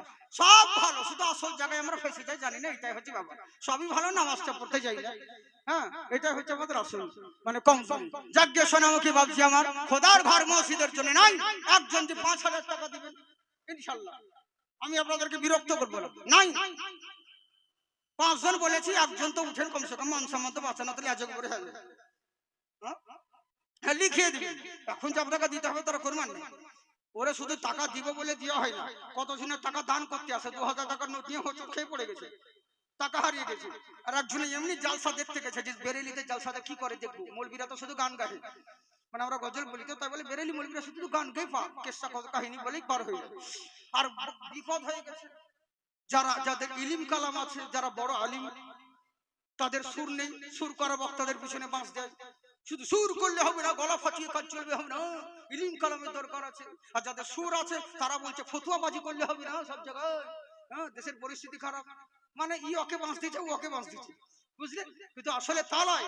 বক্তব্য রাখতে গেলে সবার পরিস্থিতি অনুযায়ী বলতে হবে। অনেক কিছু বক্তা হচ্ছে সেই যে সবার লোকের দিকে চেয়ে বক্তব্য রাখবে। শুধু আন্দাজে বলে দিলাম যে কোনো কথা ওটা নয়, কোন জায়গায় কোনটা অ্যাকসেপ্ট করবে, এটা ইনশাআল্লাহ অনেক আমাদের অভিজ্ঞতা আছে আপনাদের থেকে। কোন জায়গায় কোন কথাটা চলবে, কোন জায়গায় কতটুকু বলতে হবে, এসব বিষয় আমাদের অনেক মানে এগুলো করতে আমাদের অভ্যাস হয়ে গেছে, বুঝলেন তো? আমরা শ্রোতাদের চোখের দিকে তাকিয়ে বক্তব্য রাখি। এমন কোন বক্তব্য আমি যদি বক্তব্য রাখতে যাই, আপনারা একটাও লোক থাকতেন না, উঠে পালাতে না, চল রে কালকে শুনবো, কালকে শুনবো, আজকে হবে না। কেন বলেন তো? মুফতি আজম হিন্দকে আপনারা কে চিনেন, কি বুঝেন? উনার কারামত, উনার হোসনা, উনার আখলাক আপনাদেরকে বলবো, হ্যাঁ শুনতে ভালো লাগবে, মেয়ে ছেলেরা পালিয়ে যাবে, শুনবেই না, বুঝলেন? এই হচ্ছে ব্যাপার। আলিমদেরকে ভালো লাগবে, তালিবুল ইলমদেরকে ভালো লাগবে কিছু কিছু কথা, যেহেতু ইমানের জাজবা, আর আমরা তাদেরই তো ভেঙিয়ে খাই, আমরা তো তাদেরই ভাঙিয়ে খাচ্ছি, তাদের সাদকাতে আল্লাহ আমাদেরকে রুজি দিচ্ছে, এই জন্য আমাদেরকে ভালো লাগবে। কিন্তু আপনারা বুঝবেন না, এখন আপনাদের ওই যে বিড়ির গজল শুনে ভালো লাগে, আপনাদের বিড়ির গজল শোনার ওই যে জীবনী শোনা অভ্যাস, আর আপনাদেরকে যদি ওই আজ করিতে চলবে, কখনোই নয়, বুঝলেন? গোলাম সামদানি সাহেব বক্তব্য রাখছে আমার পরে, তো সবাই বলছে জাকির চতুর্বেদীর কাছে লাগে কোন বক্তা টিকবে না। আচ্ছা বলে এটা মূর্খামূলা, একটা বড় আলিমকে, যা আমাদের মতন মৌলবীকে পকেটে ভরে রাখে, তার সামনে বলছে যে জাকির চতুর্বেদী বিশাল বড় বক্তা, ওর থেকে ভালো আস্তাগফিরুল্লাহ। তার মানে বুঝতে পারছে যে পাবলিকের অবস্থা কেমন, মানে কেমন আলিম চিনে। এরই জন্য আমাদেরকে সেরকম ভাই বক্তব্য রাখতে হয়, বুঝলেন তো? যাই হোক বাবজি সোনামুখী আমার, ইনশাআল্লাহ আমি আপনাদেরকে জোর করবো না, শুধু 5 জন, একজন আজকে যদি নাম থাকে আপনি শুধু নামটা লিখে যান ইনশাআল্লাহ। ওরে যদি বাপরে বাপরে কি ডায়লগ বলছে, বাবজি খবরদার বেগুন খাবেন না কেউ, বেগুনে অ্যালার্জি আছে, চুলকানি হবে বাবজি, বেগুন খাবেন না কেউ। পাবলিক বলছে ঠিক। ওর পরে বক্তা, প্রধান বক্তা উঠে বলছে বেগুন খাওয়া জায়েজ আছে, হাদিসে আছে বেগুন খাওয়া জায়েজ আছে, বেগুন ভিটামিন, বেগুনে গুণ আছে, উপকার আছে, আপনারা সবাই বেগুন খাবেন, বলেন ঠিক না বেঠিক? পাবলিক বলছে ঠিক, সারা সবই ঠিক, বুঝলেন? এই হচ্ছে ব্যাপার। ওরকম তাল কানা হয়েন না। হ্যাঁ, তো যাকে ইনশাআল্লাহ মহব্বতের সঙ্গে হাত উঠিয়ে বলেন আল্লাহু আকবার, মাশাআল্লাহ, সুবহানাল্লাহ। তাই বার করলো কি বলছে, শোনো আমি তোমাকে এরই জন্য চিনলাম যে তুমি হলে মুসলমান, তুমি হলে মুসলমান, তুমি সব পরিবর্তন করেছো, নবীর আখলাক পরিবর্তন করতে পারো নাই। এবার রাজার দরবারে তাকে হাজির করা হলো, রাজার দরবারে হাজির করা হয়েছে, দেখেন মুসলমান নিয়ে এসেছি, ধরেন। তখন বলছে শোনাই মুসলমান, বললে কি? আচ্ছা বলো তো দেখি, তোমাকে ছেড়ে দিতে পারি, সবাইকে তো কতল করেছি, তোমাকে ছেড়ে দিতে পারি, কিন্তু একটা শর্তে। বলে কি শর্ত? বলে তুমি যেই মুখে নবীর কলমা পড়েছো, যে মুখে নবীর কলমা পড়েছো, নবীর প্রতি ঈমান এনেছো, সেই নবীর কলমা ছেড়ে দিতে হবে। সে নবীর কলমা ছেড়ে দাও, বাস তোমাকে ছেড়ে দেবো আমরা। নবীর কলমা তুমি যদি ছেড়ে দাও তো আমরা তোমাকে ছেড়ে দেবো, আর কোনো ব্যাপার নেই। সঙ্গে সঙ্গে যুবক ছেলেটা চিৎকার মেরে বলে উঠল, শোন, এই শরীরের মধ্যে যতক্ষণ প্রাণ রয়েছে, দেহের মধ্যে যতক্ষণ প্রাণ রয়েছে, মুখে যতক্ষণ জবান রয়েছে, শরীরের বিরুদ্ধে এক বিন্দু রক্ত পরিমাণ থাকাকালীন যেই মুখে নবীর কলমা পড়েছি, বেঁচে থাকাকালীন ওই নবীর কলমা কোনো দিন ছাড়বো না। সুবহানাল্লাহ। আমি আপনি হলে কি করতাম? সহজে একটু কিছুতে বদলে যায়, একটু কিছুতে আমরা বদলে যাই। কিন্তু চিন্তা করে দেখো, আহারে, যেমন বলছে যে শোনো, আমরা মুহূর্তের মধ্যে সবকিছু সব ছাড়তে পারি কিন্তু নবীর কলমা ছাড়তে পারবো না। তখন বলছো ওই নবীর মধ্যে কলমা পড়েছো, নবীর কলমা ছাড়বে না, নিজের জীবন দিয়ে দিবে। নবীর মধ্যে কি এমন পেয়েছো? নবীর মধ্যে কি আমল পেয়েছো? বললে শোনো, আমি মুসলমান আর নবীর প্রতি ইসলাম ধর্ম কবুল করেছি, কারণ নবীর ধর্মটাই হলো সত্য ধর্ম। আর আমরা সেই নবীর জন্য সবকে পেয়েছি, মা বাবাকে পেয়েছি, নবীর জন্য বড়দের সম্মান করতে শিখেছি, নবীর জন্য আদব শিখেছি, নবীর জন্য আল্লাহকে পেয়েছি। অতএব সেই নবীকে কোনোদিন ছাড়বো না। নবীর জন্য ইসলাম পেয়েছি, ধর্ম পেয়েছি। সবাই বলছো কিসের ইসলাম ধর্ম? তোমার ইসলাম ধর্ম সত্য, কে বলেছে? আমাদের ধর্মটাই সত্য। বলে তোমাকে কে বলেছে? বললে শোনো, ইসলাম ধর্ম এরই জন্য সত্য বলেছি তোমাদেরকে, কারণ কারণ আমাদের মধ্যে প্রমাণ রয়েছে। বলে কি প্রমাণ? বলে আমাদের মধ্যে কোরআন রয়েছে। বলে তাই নাকি? বললে হ্যাঁ। বলে ওই কোরআনকে যদি পুড়িয়ে দিই, ওই কোরআনকে যদি ফেলে দিই, তোমার কাছে আর কি প্রমাণ আছে? বললে শোনো, যদি আগুন লেগে, হ্যাঁ, যদি আগুন লেগে ধ্বংস হয় পৃথিবীর সব বইয়ের দোকান, তবু বিশ্ব থেকে হারাবে না পবিত্র কোরআন। সুবহানাল্লাহ। বিশ্ব থেকে হারাবে না পবিত্র কোরআন। জেনে রাখো, পৃথিবীর বুকে সব শেষ হয়ে যাবে কিন্তু কোরআন শেষ হবে না। এই কোরআনের মধ্যে রয়েছে আমার ইসলাম ধর্ম সত্য। বলে তাই নাকি? বললে হ্যাঁ। বলে আচ্ছা বলো তো দেখি, তোমার ইসলাম ধর্ম সত্য, এই ধর্ম তোমাকে কে বলেছে? বলে আমার কোরআন বলেছে। বলে কোরআনের কথা মানবো না, ওটা তোমার ধর্মের কিতাব, তোমার ধর্মের কিতাব আমি কেন মানতে যাব? বললে শোনো, কোরআন শুধু মুসলমানের জন্য নাজিল হয় নাই, পৃথিবীর বুকে যত সৃষ্টি রয়েছে সকলের জন্য কোরআন হেদায়েতের জন্য নাজিল হয়েছে। বুঝলেন? কোরআন শুধু মুসলমানের জন্য নাজিল হয় নাই, কোরআন সকলের জন্য হেদায়েতের জন্য নাজিল হয়েছে। বলে তাই নাকি? বললে হ্যাঁ। বলে ঠিক আছে, তাহলে কোরআন যখন সকলের জন্য নাজিল হয়েছে, আমরা ও মুসলমান ধর্মের কিতাব মানব না? বলে মানতে হবে না, তোমার ধর্মের কিতাব দেখো, তোমার ধর্ম আমার ইসলামের কথা বলা হয়েছে। বললে শোনো, ওসব কথা মানি না, তোমরা যে নবীকে মানতে চাইছো সেই নবীকে মানলে পরে কি হবে? আর কেনই বা নবীকে মানবো? নবীর কেনই বা নবীর কথা মানতে যাব? বললে শোনো, এরই জন্য তোমাকে মানতে হবে, কারণ নবী মুস্তাফা হচ্ছেন সকলের নবী। জাকির হোসেনের যেই নবী, জয়দেবেরও সেই নবী, আব্দুল গফফারের যেই নবী, ওই শ্রীকৃষ্ণেরও সেই নবী, আব্দুল খালেকের যেই নবী, আব্দুল জব্বারের যেই নবী, জেনে রাখো ওই শঙ্করেরও সেই নবী।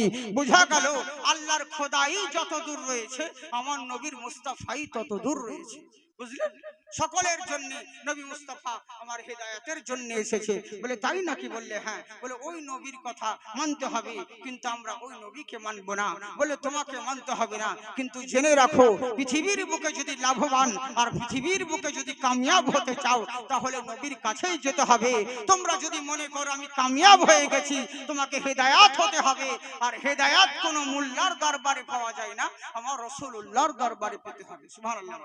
হেদায়েত কোন মোল্লার দরবারে পাওয়া যায় না, রাসূলুল্লাহর দরবারে পাওয়া যায়। বলে তাই নাকি? বললে হ্যাঁ। বলে মুচি থেকে জুতো সেলাই করা থেকে আরম্ভ করে নিয়ে একদম চাপরাশি যত রয়েছে সকলকে, যে কোনো দুনিয়ার বুকে লাভবান আর কামিয়াবি যদি হতে চাও তো কাউকে নয়, নবী মুস্তাফাকে রোল মডেল তোমাকে বানাতে হবে। আর নবীকে যদি রোল মডেল বানিয়ে নাও, এখানেও লাভবান হবে, ওখানেও কামিয়াব হবে। বলে তাই নাকি? বললে হ্যাঁ। বলে ঠিক আছে, তাহলে কোন নবী? বললে শোনো, পৃথিবীর বুকে এমন মহান নবী আমাদের বুকে আগমন হয়েছে, যেই নবীর নিরালা, যেই নবীর জন্য তামাম জাহান সমস্ত কিছু ফিদা, এবং যার জন্য যে নবীর কারণে মহান আল্লাহকে পেলেন, আর সেই নবীর আদর্শকে মানতে হবে। বললে শোনো, লাকাদ কানা লাকুম ফি রাসূলিল্লাহি উসওয়াতুন হাসানা। তুমি তোমার জিন্দেগি আল্লাহর রাসূলের জিন্দেগির সঙ্গে যদি মিলিয়ে নাও তাহলে এখানেও তুমি লাভবান হবে, ওখানেও কামিয়াবি হবে। লাকাদ জাআকুম রাসূলুম মিন আনফুসিকুম আজিজুন আলাইহি মা আনিতুম হারিসুন আলাইকুম বিল মুমিনিনা রাউফুর রহিম। কেমন করে চলবে আর কেমন করে খাবে, জীবন ব্যবস্থা কেমন হবে, চলন বলন কেমন হবে, তোমার জন্য আল্লাহর রাসূল হলো জিরাস কাফি। আল্লাহর রাসূলের আদর্শ যদি তোমার মধ্যে থাকে, তোমরা এখানেও কামিয়াবি, ওখানেও জান্নাতি। সুবহানাল্লাহ বলে। তখন সবাই রাজদরবারে যতজন রয়েছে এরা সবাই অবাক, বুঝলেন? সবাই মিলে অবাক হয়ে আছে, হায় রে এ তো ভালো সুন্দর কথা শোনালো। কেননা যেহেতু নবীর আদর্শ, নবীর আখলাক, নবীর ব্যাপারে সবাই, আমি যদি একে কতল করে দিই তো এর জন্য পাবলিকের যে অবস্থা, এরা সবাই কিন্তু কলমা পড়বে। তার মানে এরকম করলে হবে না, একে কিছু লোভ দেখায়। এবার করলো তাকে, একে কেমন কিছু প্রতারণা দিল। এখনো সময়, একে কিছু লোক দেখাতে হবে। বলে শোনো, তোমার জন্য স্বর্ণের মখমলের গদি তোমাদেরকে দিব, তোমার যা কিছু খরচা আসবাবপত্র লাগে সব তোমাকে দিয়ে দিব। শর্ত হলো একটা, তোমাকে নবীর কলমা ছাড়তে হবে। বলে সারা দুনিয়া যদি আমাদের হাতের মুঠো করে দাও, যেই মুখ দিয়ে নবীর কলমা পড়েছি ওই মুখ দিয়ে নবীর কলমা কখনোই ছাড়বো না। সুবহানাল্লাহ। কথাগুলো সব বললেন।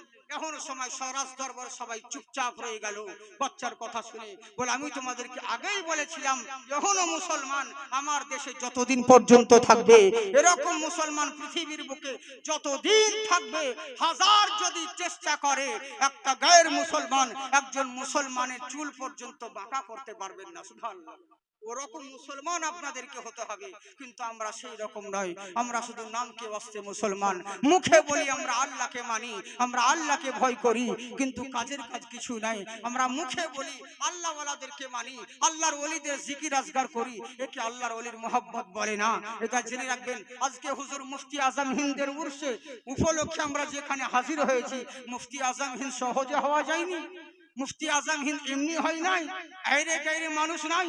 আপনার আমার মতন যদি দুনিয়াবির মূল্যর ক্ষেত্রে মূল্যাগিরি করতাম আর দুনিয়াবি ক্ষেত্রে রং তামাশায় কাটিয়ে দিতাম, তাহলে কখনোই নয়। ওই মুফতি আজম হিন্দ রাস্তা দিয়ে চলতে আছেন, এখনো সময় একজন গায়ের মুসলমান দূর থেকে দেখতে আছে লাহোরের সরজমিনে। এখনো সময় দূর থেকে আমার মুফতি আজম হিন্দ হাঁটতে আছে, এমন সুন্দর নূরানি চেহারা দূর থেকে দেখতে আছে। কিন্তু হিন্দু মুসলমান আশেপাশে রয়েছে, কিছু বলতে পারছে না। কি বলবো, চারি সাইডে তো মুসলমান আর এমন সুন্দর চেহারা, দৌড়িয়ে কাউকে কিছু না বলে সঙ্গে সঙ্গে এসে পায়ে কদম মুবারকে পড়ে গিয়ে বলছে, হুজুর আমি কিচ্ছু জানি না, আপনি যেই ধর্মের দীক্ষিত মানুষ আমাকে সেই ধর্মে দীক্ষিত করে নেন, আমাকে তাড়াতাড়ি কলমা পড়িয়ে মুসলমান করে নেন। সঙ্গে সঙ্গে হাত বাড়িয়ে কলমা পড়িয়ে মুসলমান করলেন।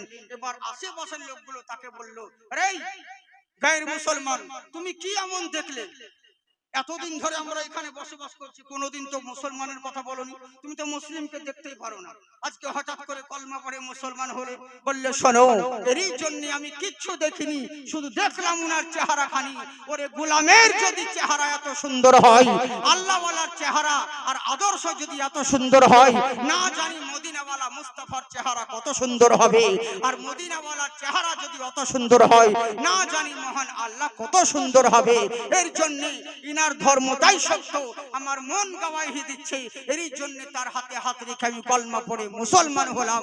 মুসলমান আল্লাহওয়ালা তাদেরকে বলে যাদের প্রচার অ্যাডভাইস করতে হয় না, যাদের চেহারা দেখলে জিকির শুনলে মানুষ অটোমেটিক মুসলমান হয়ে যায়। সুবহানাল্লাহ।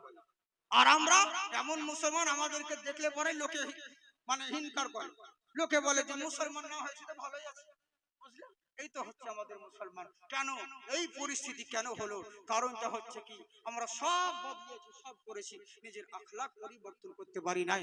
আমরা শুধু এক কান দিয়ে শুনি আর এক কান দিয়ে বের করি। জালসা তো শুনি, কিন্তু শুধু বক্তাকে চেহারাকে দেখি, বক্তা কি বলছে, হ্যাঁ ওগুলোকে দেখি শুনি, কিন্তু কোনো জিনিস আমল করি না, কোনো দিক দিয়ে বুঝি না।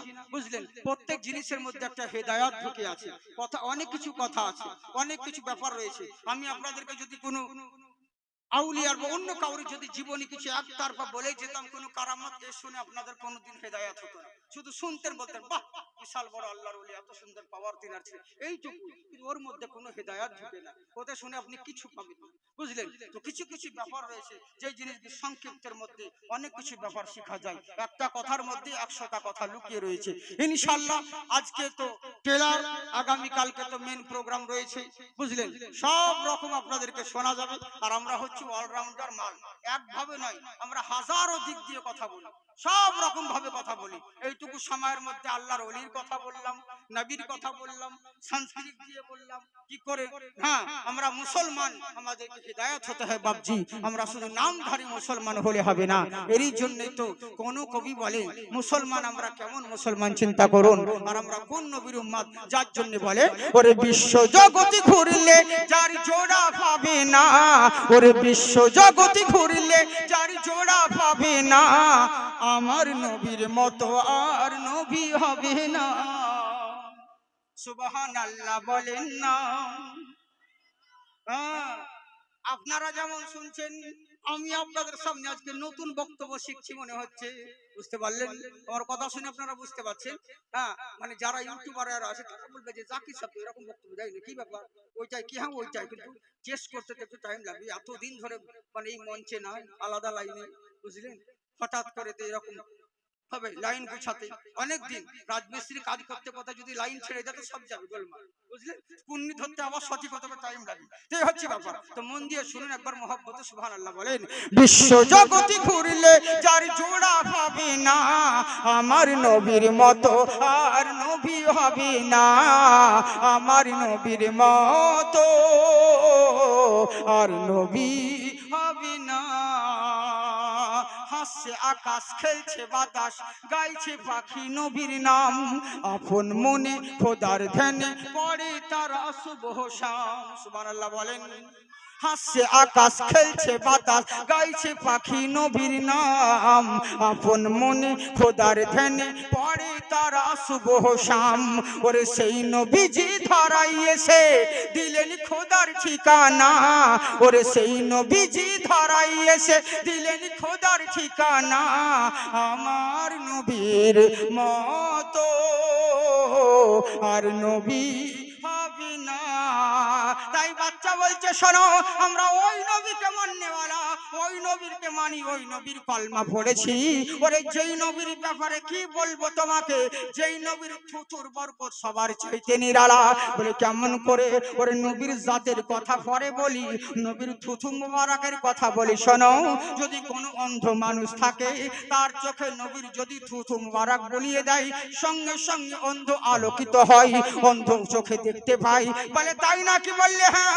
উহুদের যুদ্ধের ময়দানে চারিদিক থেকে কাফের বেঈমানেরা যখন তীর ছুটতে লাগলো, ডান দিক থেকে তীর মারে, বাম দিক থেকে তীর মারে, সবাই পরস্পর নবীর দিকে তীর ছুটতে লাগলো।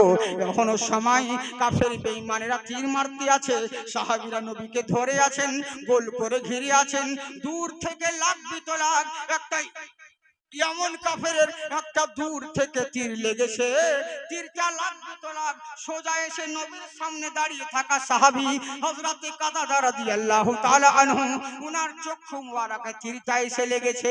আর যেমন চোখে লাগা, সঙ্গে সঙ্গে চোখটা খুলে জমিনে পড়ে গেছে। সুবহানাল্লাহ। যেমন চোখে তীর লাগা, সঙ্গে সঙ্গে চোখটা খুলে জমিনে পড়ে গেল।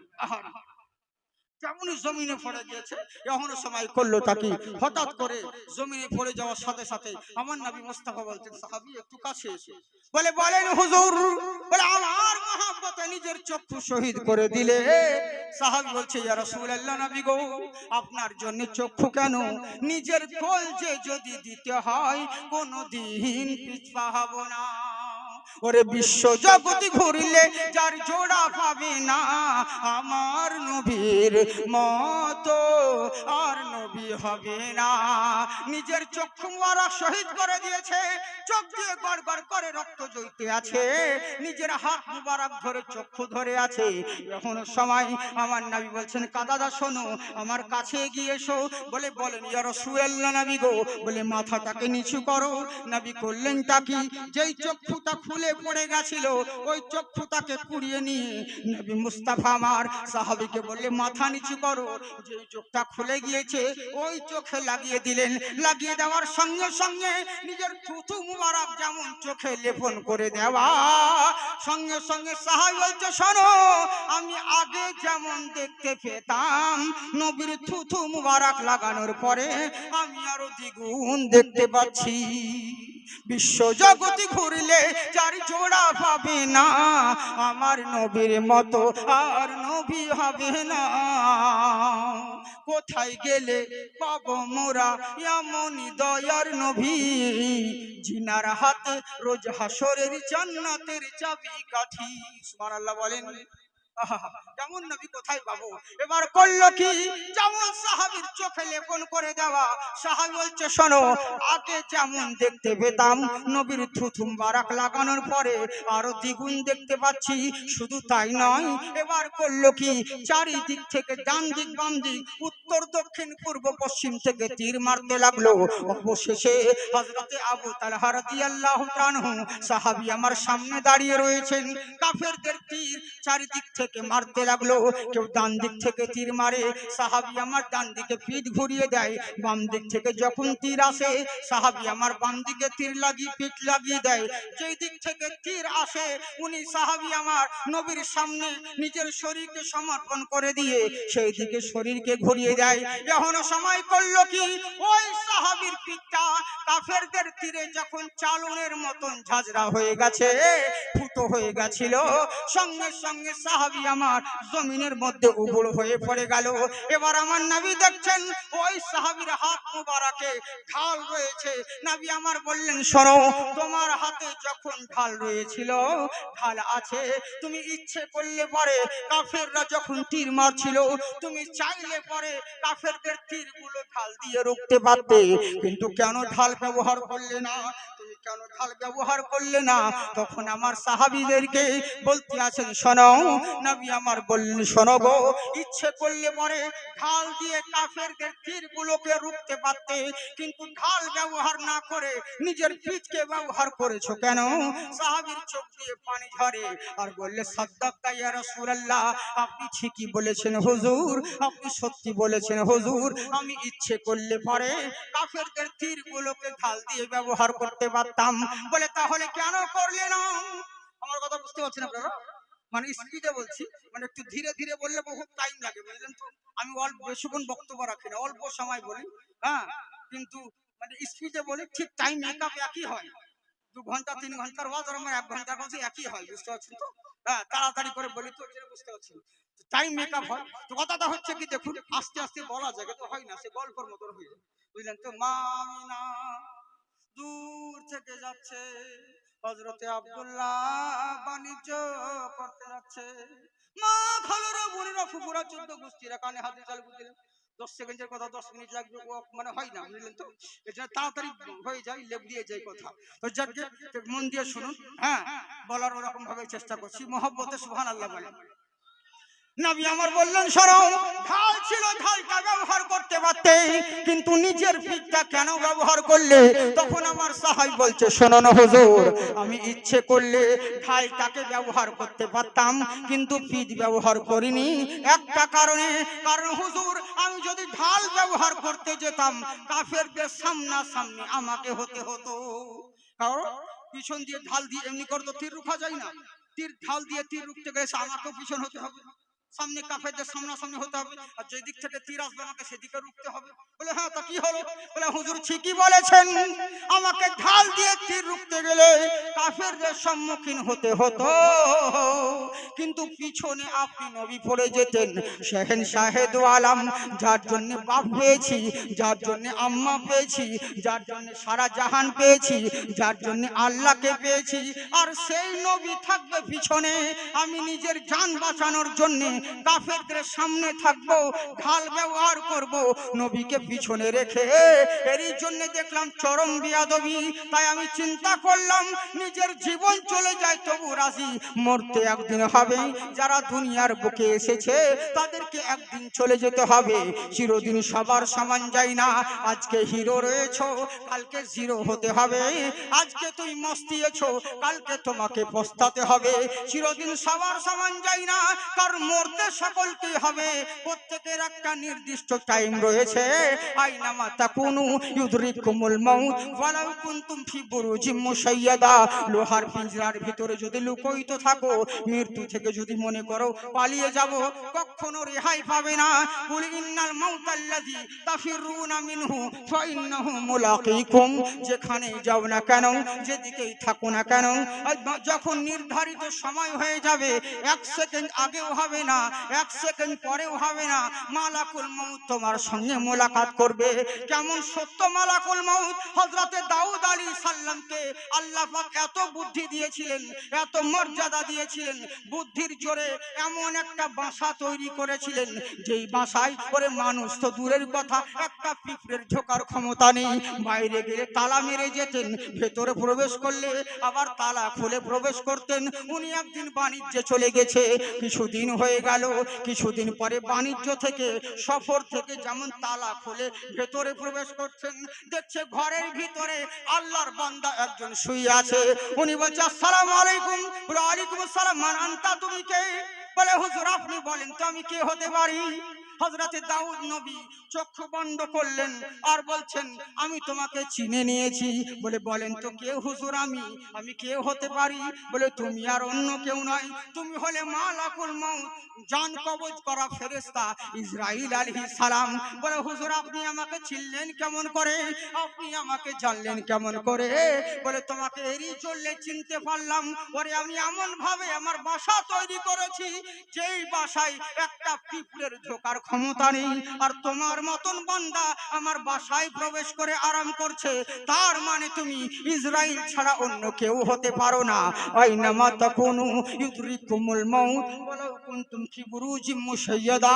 লোহার পিঞ্জরার ভিতরে যদি লুকিয়ে থাকো, ইসরাইল থেকে কেউ রেহাই পাবে না। তাই মরতে সকলকে হবে। কুল্লু নাফসিন যায়কাতুল মাউত। পৃথিবীর বুকে বহু জিনিসের মজা চেখেছো, বহু জিনিসের স্বাদ গ্রহণ করেছো, একদিন তোমাকে মরণের স্বাদ গ্রহণ করতে হবে। তাই মরতে যখন আমাকে হবে, আজকে মরলেও মরতে হবে, কাল মরলেও মরতে হবে। তাই মরতে যখন হতেই হবে আমাকে, তাই বেঁচে থাকাকালীন নিজের জীবন দিয়ে দিব তবু রাজি, কিন্তু বেঁচে থাকাকালীন নবীর বিয়াদবি হতে দেব না। এরই লেগেই হুজুর আমি ঢাল ব্যবহার করিনি, আমি আমার নিজের পিঠটাকে ব্যবহার করে দিয়েছিলাম, যেন কাফেরদের তীরগুলো আমার পিছে এসে লাগুক, আমি মরে যাব, কিন্তু নবীর গায়ে একটা আঁশ লাগতে দেব না। ওরে বিশ্ব জগতে ঘুরলে যার নাই তুলনা, আমার নবীর মতো আর নবী হবে না। আল্লাহুম্মা সাল্লি আলা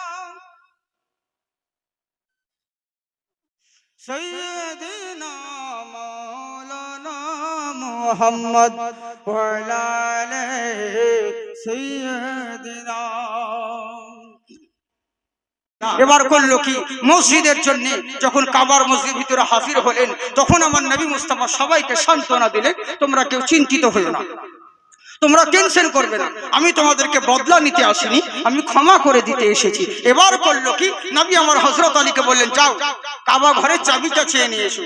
কাবা ঘরের চাবি কার কাছে আছে মনে আছে আপনাদেরকে? ওই যে বললাম উসমান বিন তালহার কাছে, যে নবীকে ফেরত দিয়ে দিয়েছিলেন চাবি দিব না বলে।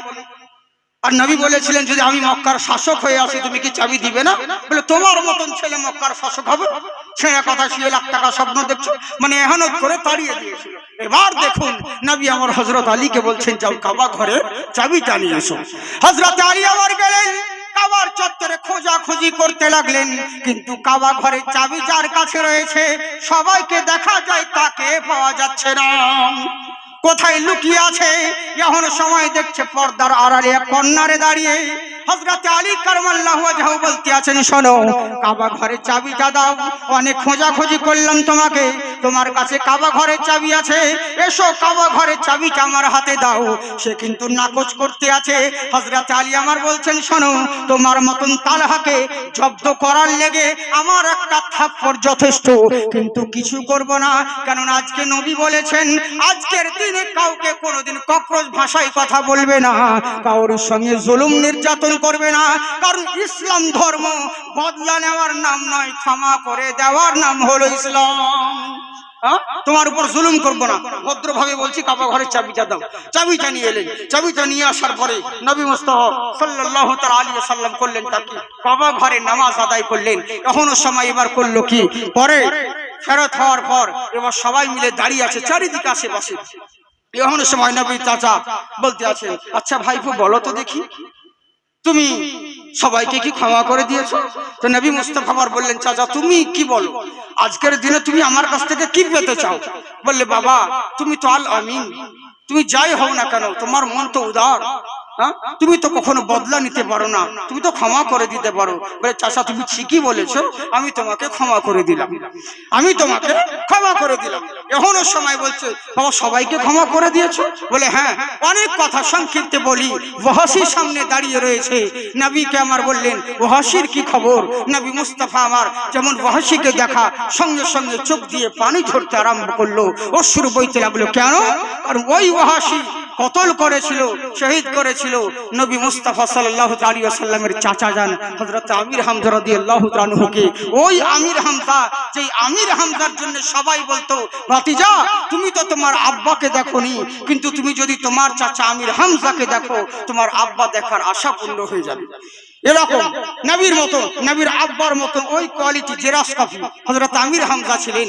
ওই আমির হামজা যিনি একদিন শিকার করতে গেছিলেন, বুঝলেন, শিকার করতে, ঈমান আনেন নাই, শিকার করতে গিয়েছে। এমন সময় শিকার করে এসে বিবির কাছে হাজির হল। বিবি এসে বলতে আছেন, আচ্ছা বিবিকে বলতে, দেখো বিবি আমি শিকার করে এনেছি। তখন বিবি বলছে, বাহ, ওই শুধু জঙ্গলের পশুদের উপরেই মর্দানি দেখাও, আসল জায়গায় তোমার ক্ষমতা নেই। বলে, এরকম কথা কেন বলছো? বলে, আচ্ছা বলো তো দেখি, এই যুগে যার আব্বা মা নেই তার কি কোনো দাম নেই, তার কি কোনো মূল্য নেই? বলে, কেন এরকম কথা কেন বলছো তুমি? বললে, শোনো, আর তুমি বলবে না, কারণ তুমি তো গিয়েছিলে শিকার করতে। আমার ভাতিজা আব্দুল্লাহর বেটা নবী মুস্তাফাকে দেখলাম কাবার চত্বরে দাঁড়িয়ে নামাজ পড়তেছিল।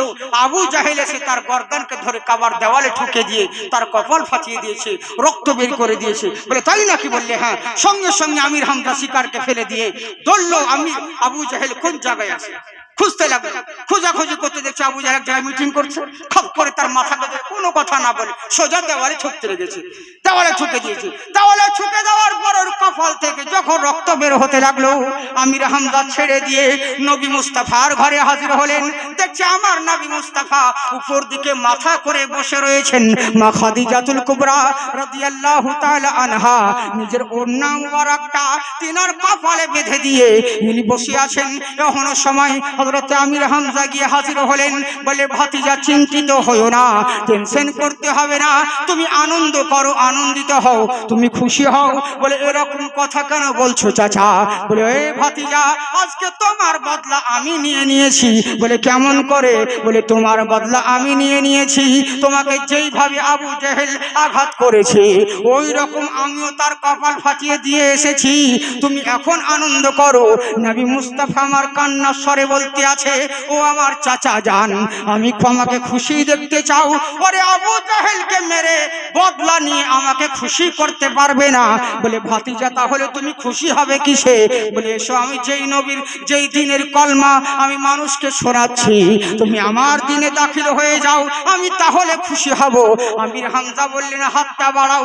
নবী মুস্তাফা হাত বাড়ালেন।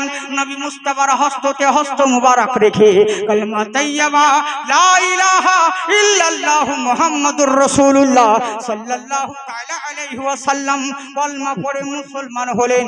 ওই চাচা আমির হামজাকে ওই উহুদের যুদ্ধের ময়দানে ওয়াহাশি বল্লম মেরেছিল। তাই আমার নবী বলছেন, শোনো এই ওয়াহাশি, আজকের দিনে আমি তোমাকে ক্ষমা করে দিলাম, একটা শর্ত, তুমি আমার সম্মুখে কখনো আসবে না, কারণ তোমাকে দেখলে আমার চাচার কথা মনে পড়ে যাবে। তাই আমার সামনে তুমি কোনোদিন আসবে না। আজকের দিনে আমি তোমাকেও ক্ষমা করে দিলাম। এরই লেগেই বলছে ওরে এমন নবী উনার আখলাক কেমন সুন্দর আছে, উনার আদর্শ এমন সুন্দর আছে, উনার আদর্শ যার মধ্যে থাকবে তারাই প্রকৃত মুসলমান হবে। তখন রাজার কর্মচারীরা বলছে তুই টুপি বদলাতে পারিস, তুই সবকিছু পরিবর্তন করেছি, তোর মুখে দাড়ি পর্যন্ত নেই, তোর শরীরে মুসলমানের লেবাস পর্যন্ত নেই, কিন্তু জেনে রাখ সবকিছু পরিবর্তন করেছি, নিজের আখলাক পরিবর্তন করিস নাই। যে ক্ষুধার্তকে অন্ন দান করাতে পারে, যে পিপাসিতকে পানি পান করাতে পারে, যার বাড়িতে চালের ফুটো হয়ে যায় যে ত্রিপলের ব্যবস্থা করে দিতে পারে, সে নবীর দিওয়ানা মুসলমান ছাড়া অন্য কেউ হতে পারে না। এখান থেকে বলছিলাম আর বলছি না, ছেড়ে দিই, অনেক রাত হচ্ছে, বুঝলেন। আজকে আপনাদের সম্মুখে মানে কিছু কিছু বললাম এদিক সেদিক থেকে কথা, কারণ আমি বলতে যে পারবো এটা ভাবতে পারিনি। কারণ আমাকে ম্যাক্সিমাম 6 মাস নাহলে 1 বছর না হলে 6 মাস আমাকে মানে বলেছে যে রেস্ট নিতে, আর আমার বক্তব্য রাখাও যাবে না, বুঝলেন। তো আমি প্রোগ্রাম নিচ্ছি না, লোকে ভাবছে কেন নিচ্ছে না, কারণ অনেক সমস্যা, বুঝলেন। 3 স্টেজ এগুলো বলার দরকার নেই, বলি। হ্যাঁ, ক্যান্সার পেশেন্ট আমি, মানে 2 স্টেজ চলেছে, এর জন্য এখন কতদিন আল্লাহ হায়াত রেখেছে জানি না, কাকে কি করে, তবে ঘাবড়াই না, টেনশন করি না আমি, কারণ আল্লাহ যেটা করে নিশ্চয়ই ওর মধ্যে আল্লাহ আমার ভালাই রেখেছে, বুঝলেন। আল্লাহ তো কাউকে খারাপ করে না, তো যার জন্য ভালাই রেখেছে। তো আমি অনেক চেষ্টা করি, কেননা যেহেতু পরিস্থিতি অনুযায়ী জানেন আমরা আলিম মৌলানা যতক্ষণ সামনে আসি ততক্ষণ হুজুর হুজুর, আমাদের কেউ আপন না, সামনে বহুত ভক্ত বহুতই, কিন্তু বিপদে পড়ে দেখেন কেউ আপনার পাশে দাঁড়াবে। সারা ওয়ার্ল্ডে আমাদের ভক্তের অভাব নেই, প্রচুর ভক্ত, কত না, কিন্তু বিপদে পড়ে দেখলাম এক কথা ভক্ত ভুল করে ফোন তো করে না, আমি ফোন করলে পরে রিসিভ পর্যন্ত করে না, কারণ যখন যদি টাকা চাই, বুঝলেন।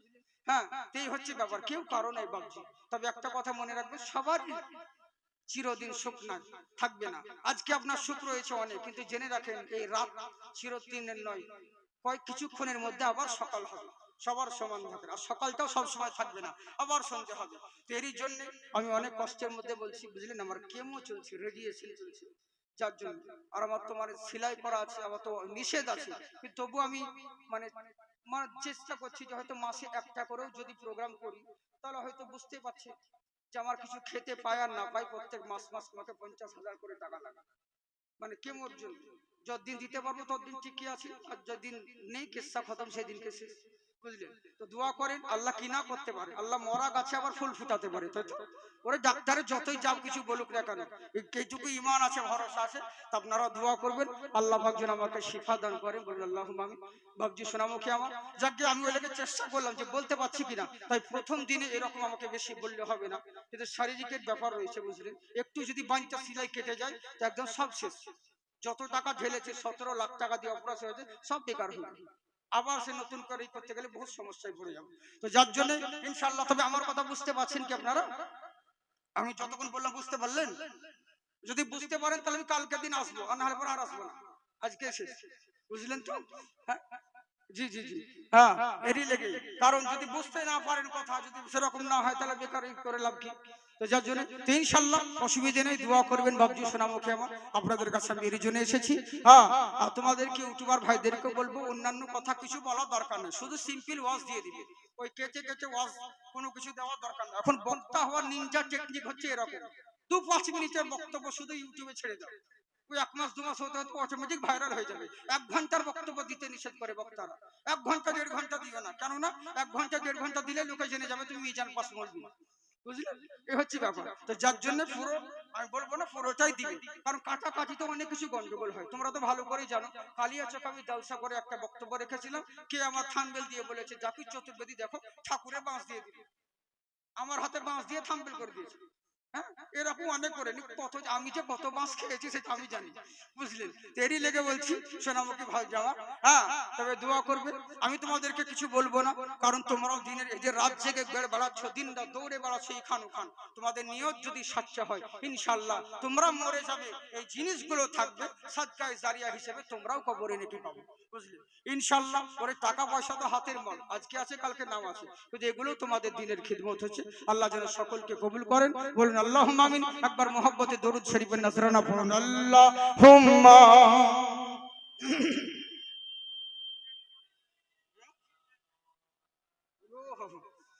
মোহাম্মদ ওয়া আলা আলিহি